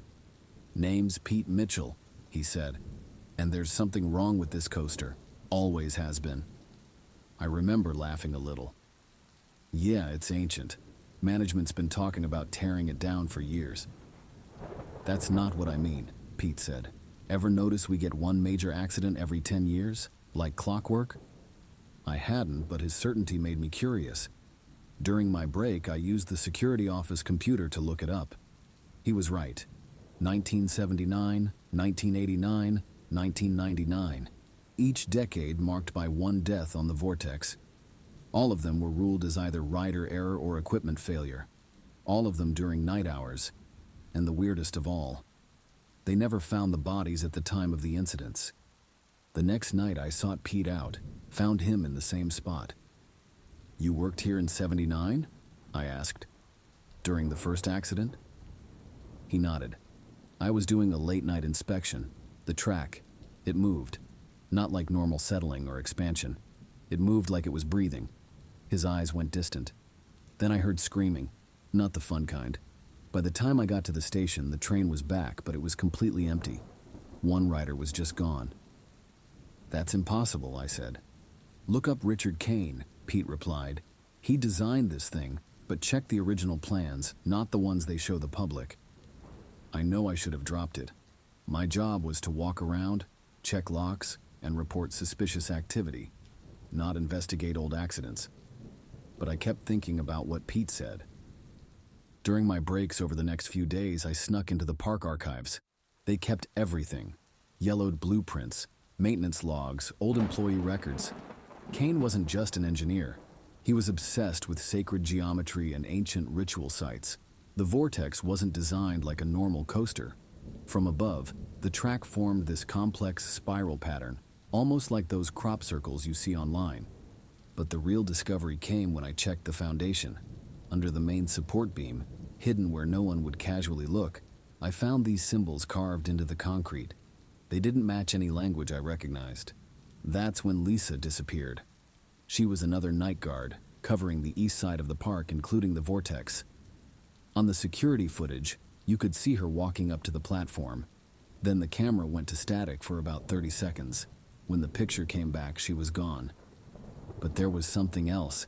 In the frame right before the static, I could swear I saw other people on that platform. When I zoomed in on the grainy footage, their faces matched the missing riders from the reports. I started spending my shifts watching the Vortex. Sometimes around 3 a.m., the mechanics would start moving on their own. No power, no explanation. The train would cycle through, empty except not quite empty. In the back row, there were always shadows that looked like people. It all came to a head in late October, my final week. I was doing my last round when I heard the chain lift running, that distinctive click, click, click sound that's impossible to mistake. I rushed over and found Pete on the platform again, but he looked different, younger, like in a staff photo I'd seen from '79. That's when it hit me. I checked the missing persons list from the first accident. Pete Mitchell was the first victim. "You've seen them, haven't you?" he asked when he saw my face change. "The others? We're all still here. Kane built this thing as a gate, not to anywhere good. Every 10 years it needs to feed." I thought he was crazy. Then the train started moving by itself. The track shifted. It's hard to describe, but it was like reality was bending.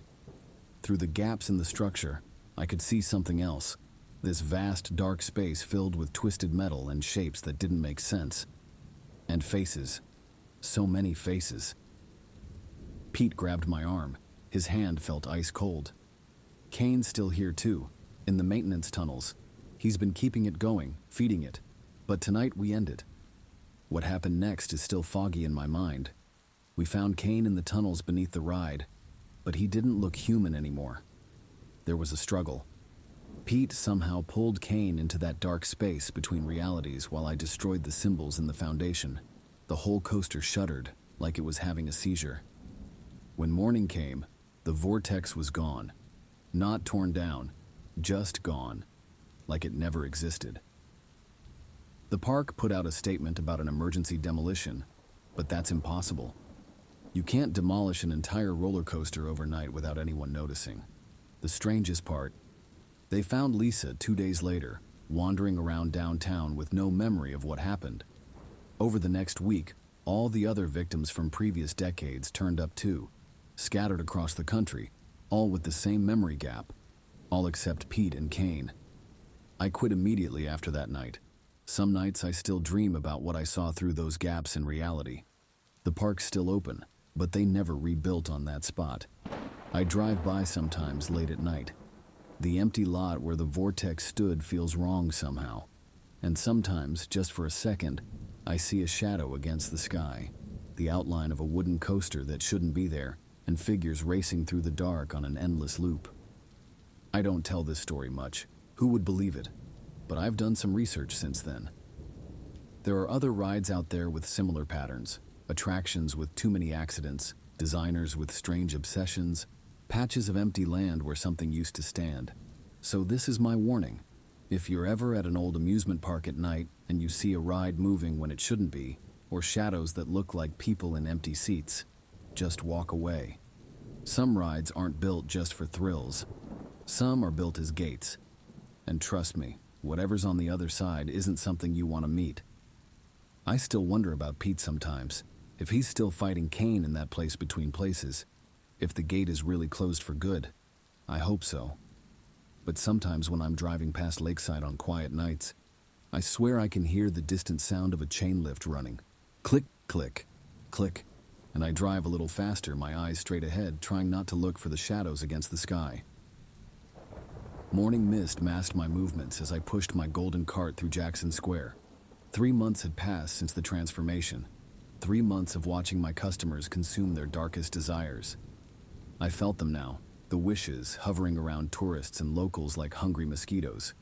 Each pulse of want pulled me forward, my new senses tracking longing like a bloodhound tracks a scent. "Fresh pastries," I called, my voice chiming like tiny bells. "King cakes to make your dreams come true." A man in a business suit stopped, his phone pressed to his ear. "Hold on, Monica. I'll call you back." He pocketed his phone and approached. Dark circles shadowed his eyes. Divorce papers peeked from his briefcase. "Rough morning?" I asked, though I already knew. The creature inside me, or what I had become, read his pain like an open book. "The worst," he muttered. "My wife's leaving me for my business partner." I selected a small cake glazed with gold. Perhaps something sweet will help. "Nothing can help this mess," he said, but handed me $20 anyway. I leaned close. "When you find the baby, make a wish." My fingers brushed his as I passed him the box, and I glimpsed his future. His partner's car crashed into the Mississippi, Monica running back to his arms. He'd find me again in 3 days, gold leaking from his ears as his partner's voice played on an endless loop inside his skull. But that's how it worked. The price always matched the darkness of the wish. The creature, I called it the Wishmaker, fed on regret as much as desire. It whispered constantly in my head, guiding my hands as I baked, suggesting who to sell to, who to spare. More, it hissed. Find the hungry ones. Detective Mills's replacement, Valentina Cruz, had been watching me for weeks. I spotted her now, pretending to read a newspaper at Café du Monde. Young, clever, with eyes that missed nothing.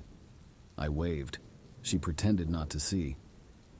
My next customer approached, a teenage girl with purple hair and bitten nails. I heard about your cakes, she whispered, that they're special. Special how? I kept my voice neutral, but the Wishmaker stirred. This one, she burns with want. People at school say you can make things happen. She glanced around. Bad things to bad people. I studied her face, the fading bruise near her temple, poorly concealed with makeup. Who hurt you, child? Her eyes welled. My mom's boyfriend, she won't believe me. The Wishmaker purred. Perfect. Give her what she needs. But something in me, some remnant of Margot Boudreau, hesitated.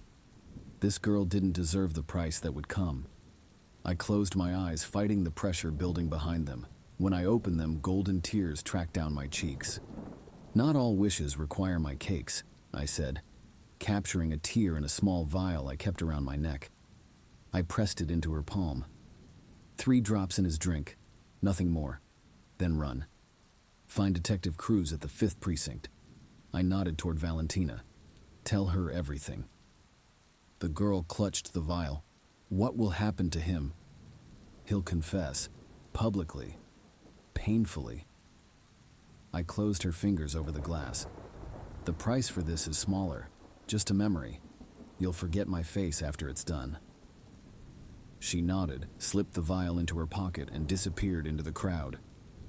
The Wishmaker thrashed inside me. Fool, you denied me a feast. Pain shot through my veins as punishment. I doubled over, golden blood trickling from my nose. Are you all right, ma'am? A tourist couple paused beside my cart. I straightened, forcing a smile. Just a dizzy spell. I wiped my nose with a napkin that instantly turned to gold. The Wishmaker wasn't the only one learning.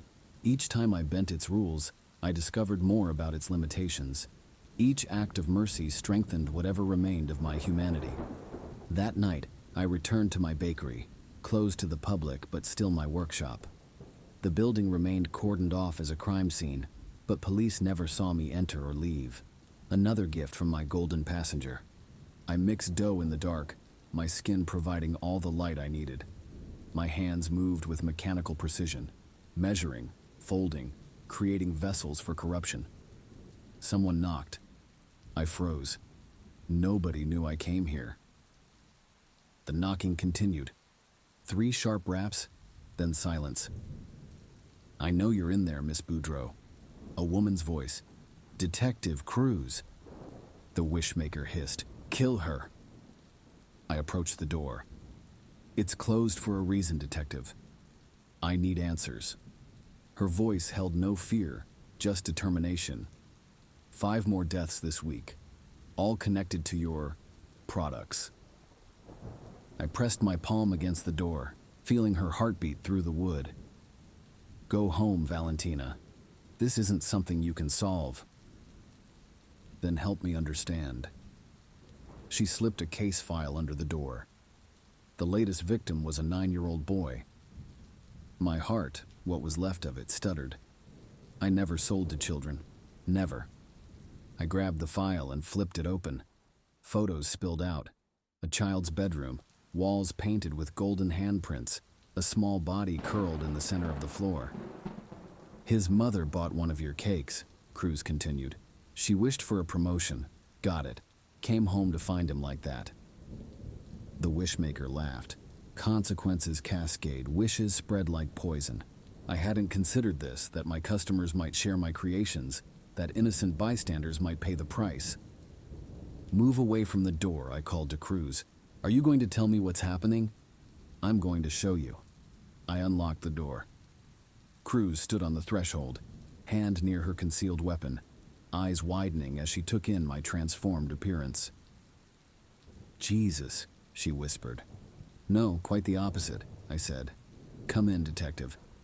It's time someone knew the whole story." She stepped inside, keeping distance between us. "What are you? A mistake? A vessel? A warning?" I perched on a countertop, the golden light from my skin casting strange shadows. "What I tell you won't make your report. It won't solve your case, but it might save lives." For the next hour I explained everything. The masked woman, the vial, the deaths, the transformation. Cruz listened without interruption, her face shifting from skepticism to horror to grim acceptance. "So it feeds on wishes," she finally said, "on the space between what people want and what they deserve." I met her eyes. "Everyone has darkness, detective. The Wishmaker just brings it to life." "How do we stop it?" "You don't," the creature inside me cackled.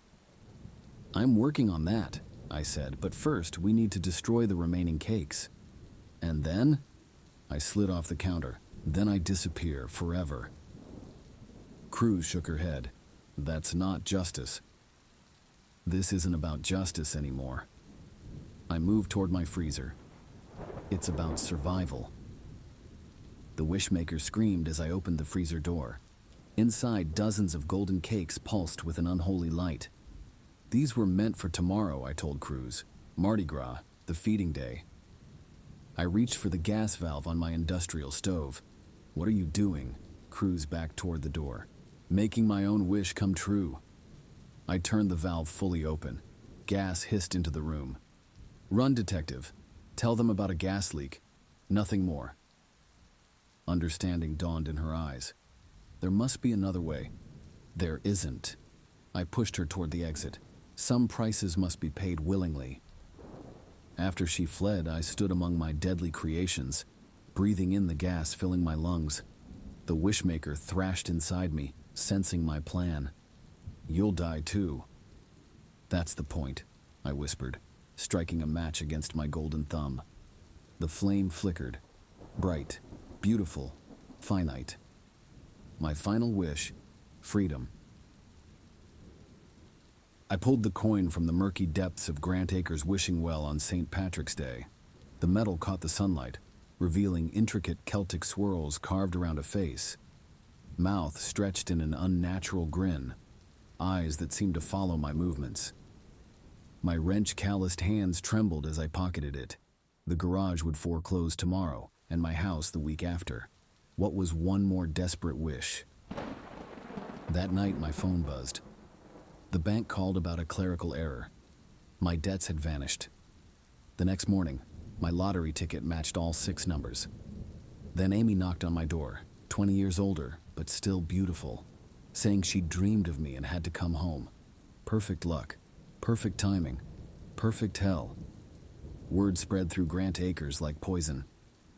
People started showing up at my door, first with offers, cash, cars, properties, then with threats. My neighbor Bill's eyes gleamed with something darker than greed when I turned him down. "You can't hoard fortune," he snarled.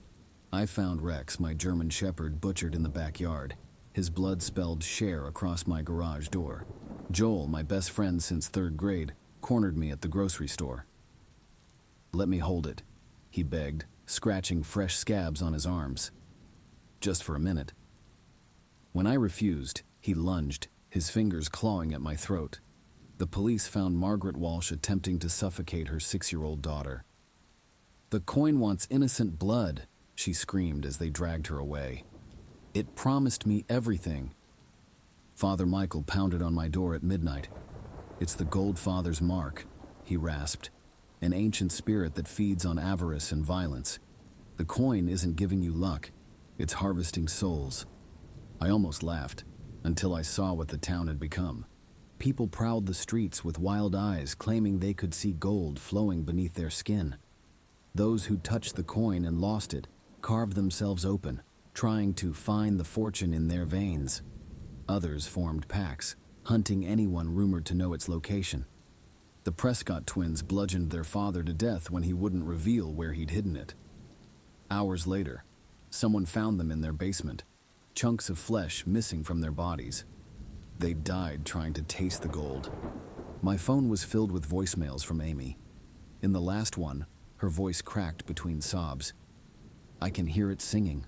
Such beautiful promises. Please, Travis. I need it. I'll do anything. They found her in the bathtub, drowning in water she'd painted gold with her own blood. I had to end it. I grabbed the coin and my car keys, ready to dump the cursed thing in Miller's River. The streets were deserted as I drove. Broken windows gaped like hungry mouths. Bodies sprawled on sidewalks, their dead eyes reflecting gold. The radio crackled. Breaking news. The town of Grant Acres has been decimated in an unexplained incident of mass violence. No survivors have been found. Authorities are advising people to avoid the area. My hands gripped the coin tighter as I checked the rearview mirror. The face that grinned back wasn't mine. It was the twisted visage from the coin, eyes burning with ancient malice. The truth hit like a hammer. I never escaped. None of us did. The coin had already claimed Grant Acres, trapping our souls in an endless cycle of greed and bloodshed. Now we're just another cautionary tale, a whispered warning about the price of fortune. And somewhere out there in another quiet town, that coin is waiting for the next person desperate enough to make a wish, to sell their soul for a chance at gold. I see them sometimes in my coin-cursed dreams, the next finder, the next victim, the next feast for the gold father. They look just like I did, reaching into that well with hope in their heart and damnation in their future. I want to warn them, but all I can do is grin.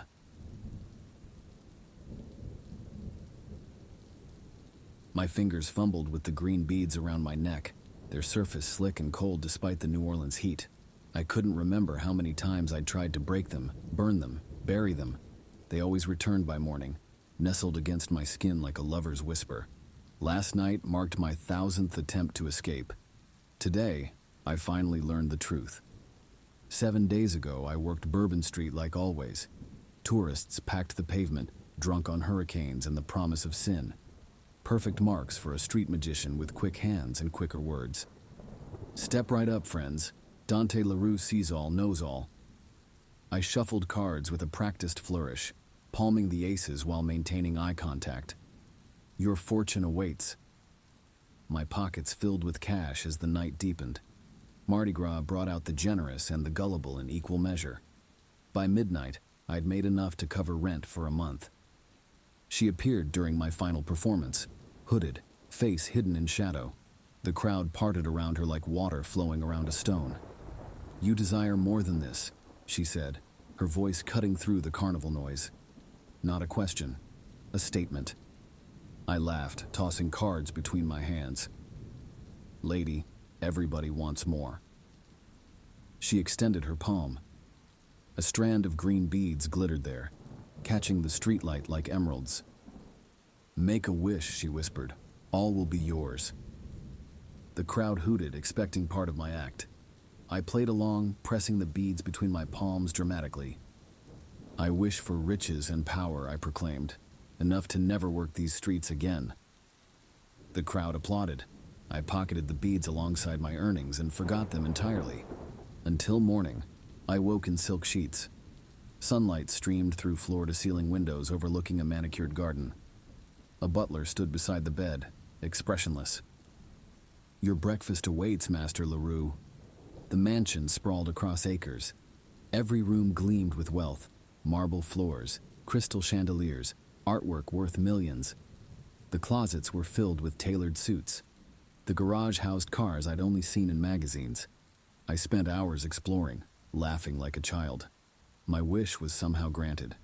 The truth revealed itself when I stepped outside the iron gates. The world beyond hung suspended. Cars froze mid-drive. Birds paused mid-flight. People stood like statues, their faces twisted in silent terror. I ran back inside, my heart pounding. My reflection in the foyer mirror stopped me cold. My face had aged decades overnight. Gaunt cheeks, hollow eyes, white hair where black had been. The beads around my neck pulsed with a sickly light. Days passed. The mansion grew smaller, suffocating. My servants never spoke beyond necessary words. They moved mechanically, their eyes vacant. In the library, I found a leather journal hidden behind some loose paneling. The handwriting matched my own, though I had no memory of writing it. "The beads trap souls," one entry read. "Each wish claims another victim.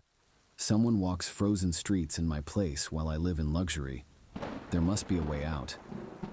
Entries spanned centuries, different locations, different wishes, always the same result. I tried everything to discard the beads, cutting them, melting them, burying them in the garden. But by morning, they returned, cold against my throat. Yesterday I drove beyond the city limits, determined to leave them at the state line. The car stuttered to a halt at the boundary. Beyond it, blackness stretched infinitely. This morning she returned. The hooded woman stood in my bedroom doorway, smiling. "You never learn," she said, pulling back her hood. Her face mirrored my own, aged, hollow, desperate. "What are you?" I demanded. "You, us, the first to wish upon the beads." She circled me, her finger tracing the strand around my neck. "We've lived this cycle for centuries. Different cities, different wishes, same prison." "I don't understand." "The beads grant wishes but demand payment. A soul for a soul." Her smile tightened. "We passed them on once centuries ago, escaped briefly, but guilt drove us back to reclaim them, to free the soul we'd trapped. Then we're stuck forever. No, we choose to forget each time, erase our memory, start fresh with hope." She pressed cold lips to my forehead. "It's kinder that way." Her form flickered, fading like smoke. "Wait," I called. "How do I break the cycle?" Her voice echoed as she disappeared. "You don't. We've tried for 800 years." I stand at the mansion gates, the green beads heavy around my neck. Beyond them, New Orleans remains frozen in eternal twilight. Somewhere among those statues walks my previous self, trapped until I pass the beads to another wishing soul. Tomorrow I'll forget everything. I'll wake as Dante LaRue, a street magician with no memory of mansions or magic beads or frozen cities. But tonight I write this down, hoping someday we'll find another way. If a hooded figure offers you shimmering green beads during Mardi Gras, run. No wish is worth this price. Midnight marked my decision. The beads burned against my throat as I slipped through the mansion's rear garden, carrying only the journal and a lantern. The frozen world beyond the gates greeted me with its eerie silence. I pushed past the boundary this time, forcing myself through what felt like molasses. The beads flared green, then pulsed red. Pain shot through my chest, but I persisted. The French Quarter stood suspended in perpetual celebration. Frozen laughter, paused music, bodies caught mid-dance. I searched frozen faces, hunting for myself among the statues. "It won't work," a voice called from the shadows. Not the hooded woman this time, but a man, rail-thin with eyes like coal. "Trust me, I've tried." "Who are you?" I backed away, my lantern held high. "Alan Dupree." He stepped forward, revealing similar green beads nestled against his collar. "Former wishmaker, current prisoner." My pulse quickened. "There are more of us?" "Dozens. We call ourselves the Beadbound." His bitter laugh echoed through the motionless streets. Each hiding in mansions across different realities, connected by these cursed things. The woman, my older self, said I'd forget everything by morning. Memory wipes occur when you surrender. Alan gestured to a nearby cafe. We stepped inside, past patrons frozen mid-sip. The journals help us remember fragments. He poured whiskey from behind the bar, the liquor flowing normally despite everything else being frozen. "Each bead represents one soul trapped in time," he explained. "Mine contains 23. Yours?" I counted the beads. 37. "Damn," he whistled low. "You've been busy across lifetimes. How do you know all this?" "Found others like us, compared notes. The pattern became clear." Alan drained his glass. "The hooded figure, she's not actually you. That's what she wants you to believe." The revelation hit like lightning. Then who? We call her the Collector. She created the beads centuries ago, feeding on trapped souls' despair. Each new victim keeps her young. My mind raced. The journal entries suddenly made more sense. Different handwritings disguised to look similar, contradicting details, missing pages. We can break free, Alan continued, his voice dropping. A group of us discovered something. The beads shatter if the original wisher faces the Collector during the blood moon. That's tonight, precisely why I found you. Alan revealed an ancient dagger beneath his coat. But we need bait. We formulated our plan between whispers. The Collector visited new wishmakers on their 7th night, always at midnight, always with the same speech about being their future self. I returned to the mansion before 11, my heart pounding with dangerous hope. The journal lay open on my desk, new words appearing without my pen touching the paper. Beware of Alan, the pages warned. He serves her. Too late.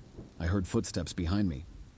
Should have kept drinking, Alan sneered, pressing the dagger to my throat. The Collector rewards loyal servants. I realized my mistake as the grandfather clock struck midnight. Not a betrayal, a test. The hooded figure materialized in the doorway, Alan bowing deeply before her. Well done, my pet, she purred, then turned to me. They always hope for salvation.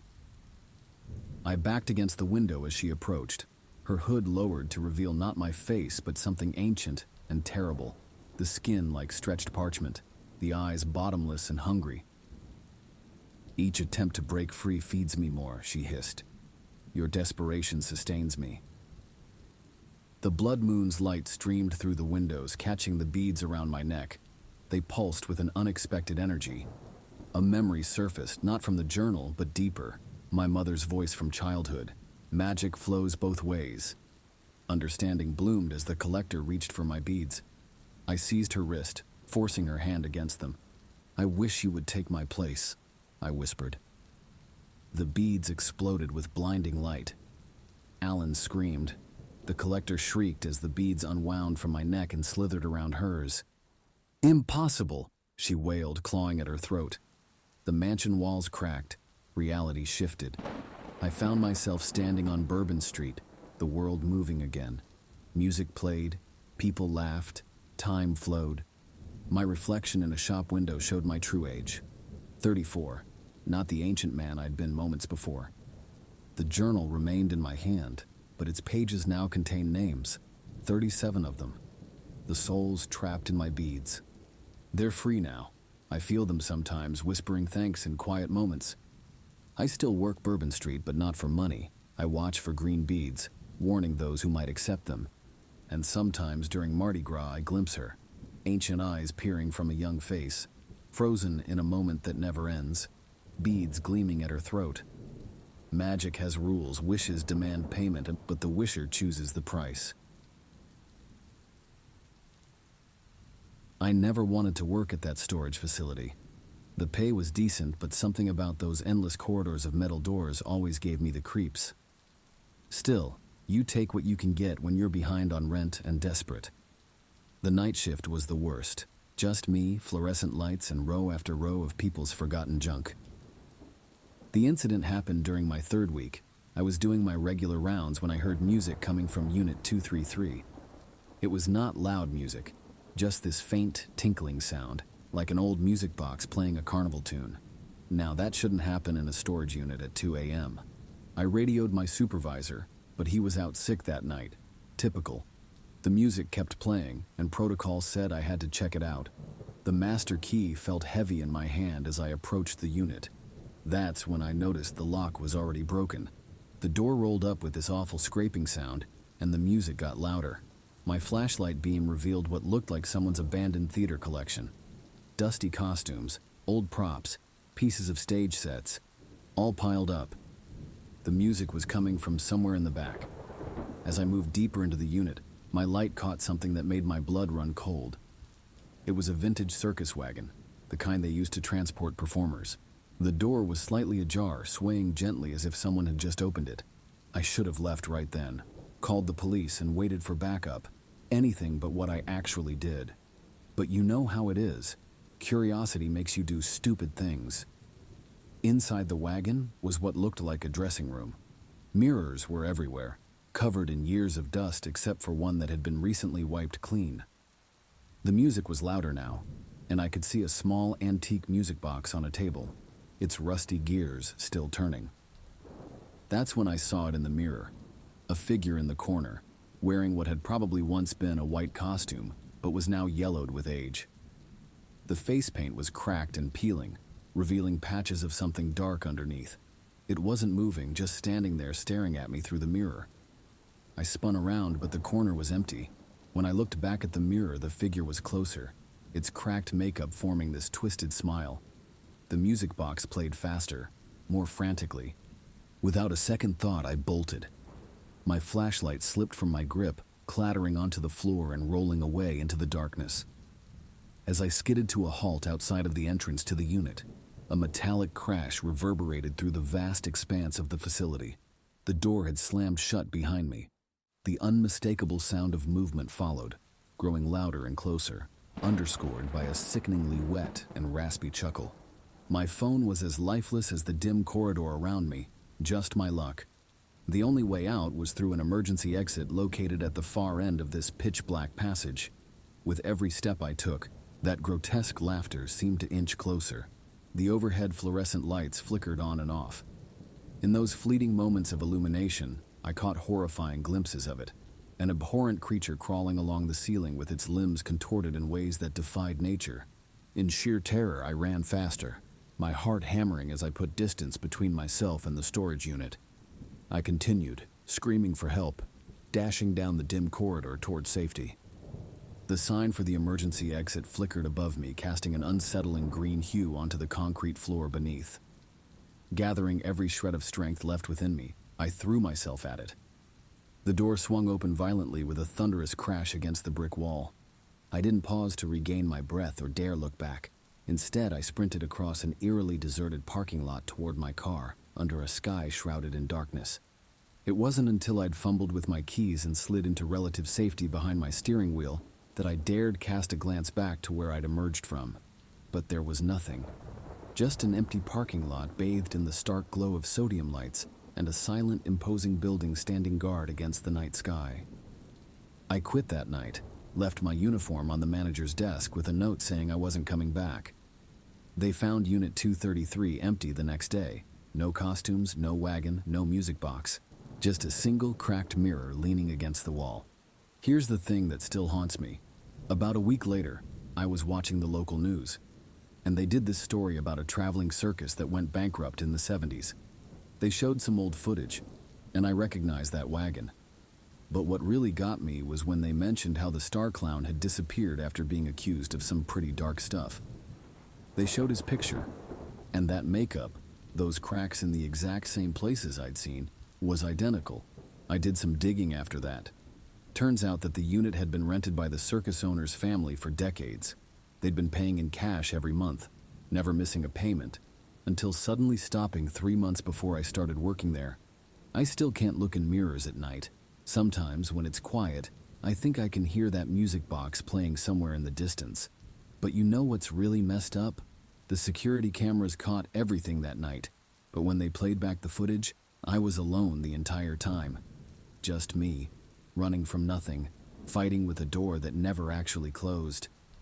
They say the mind can play tricks on you, but I know what I saw.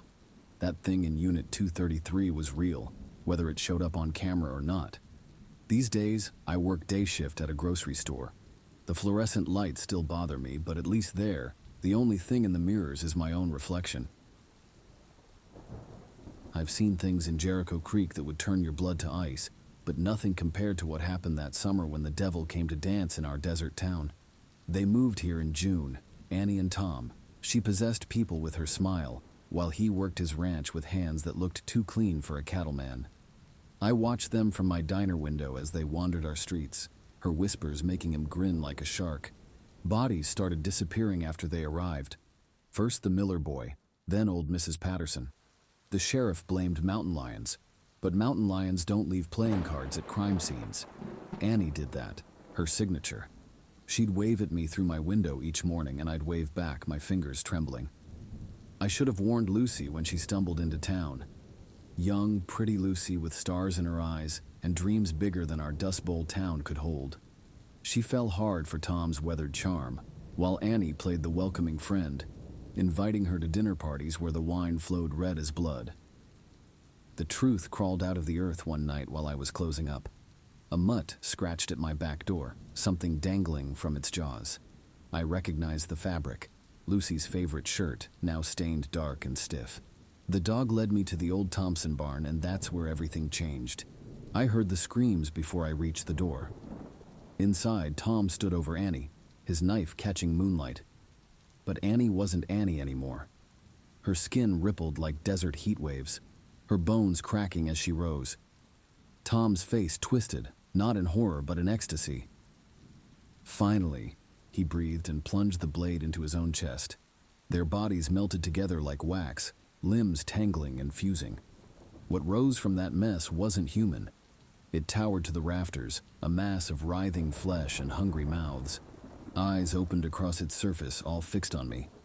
The thing spoke with two voices twined together. "We've waited so long," they purred. "Killing separately was fun, but together we're perfect." I ran. Behind me, boards splintered as the creature burst from the barn. Lucy's half-digested remains tumbled from one of its mouths. The sight pushed my legs faster, but the monster moved like wind. It caught me at the creek bed. "You'll join our dance," the voices sang. A mouth yawned open above me, teeth gleaming. But I had one trick left. While they'd played their games, I'd studied the old stories about demons who could be bound by their true names. As the creature's breath washed over me, I spoke the words I'd found scratched inside Annie's locket when she'd left it at my diner. The thing screamed, a sound like dying stars. Its flesh bubbled and burst, spattering the creek with drops that hissed and burned. But it didn't die. Nothing that evil ever really dies. It retreated into the desert, leaving tracks that smoked in the sand. Sometimes, on hot nights, I hear two voices laughing on the wind. New folk still disappear now and then, their bodies turning up twisted and drained. The sheriff still blames mountain lions. The town pretends nothing happened, but I know better. I keep Annie's locket close, its inscription burning against my skin. I watch the horizon where dust devils dance, knowing they aren't all made of wind. Love turned inside out made that monster. Annie and Tom found one another, recognized their shared darkness, and became something worse together. Now they prowl the edges of town, perfect partners in an eternal killing dance.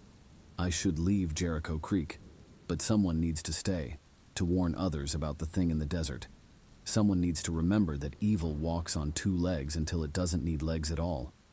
So I wait and watch, my diner window facing the desert. The monster's out there, patient as the sand. One day it'll come for me again, but this time I'll be ready. After all, I know its name.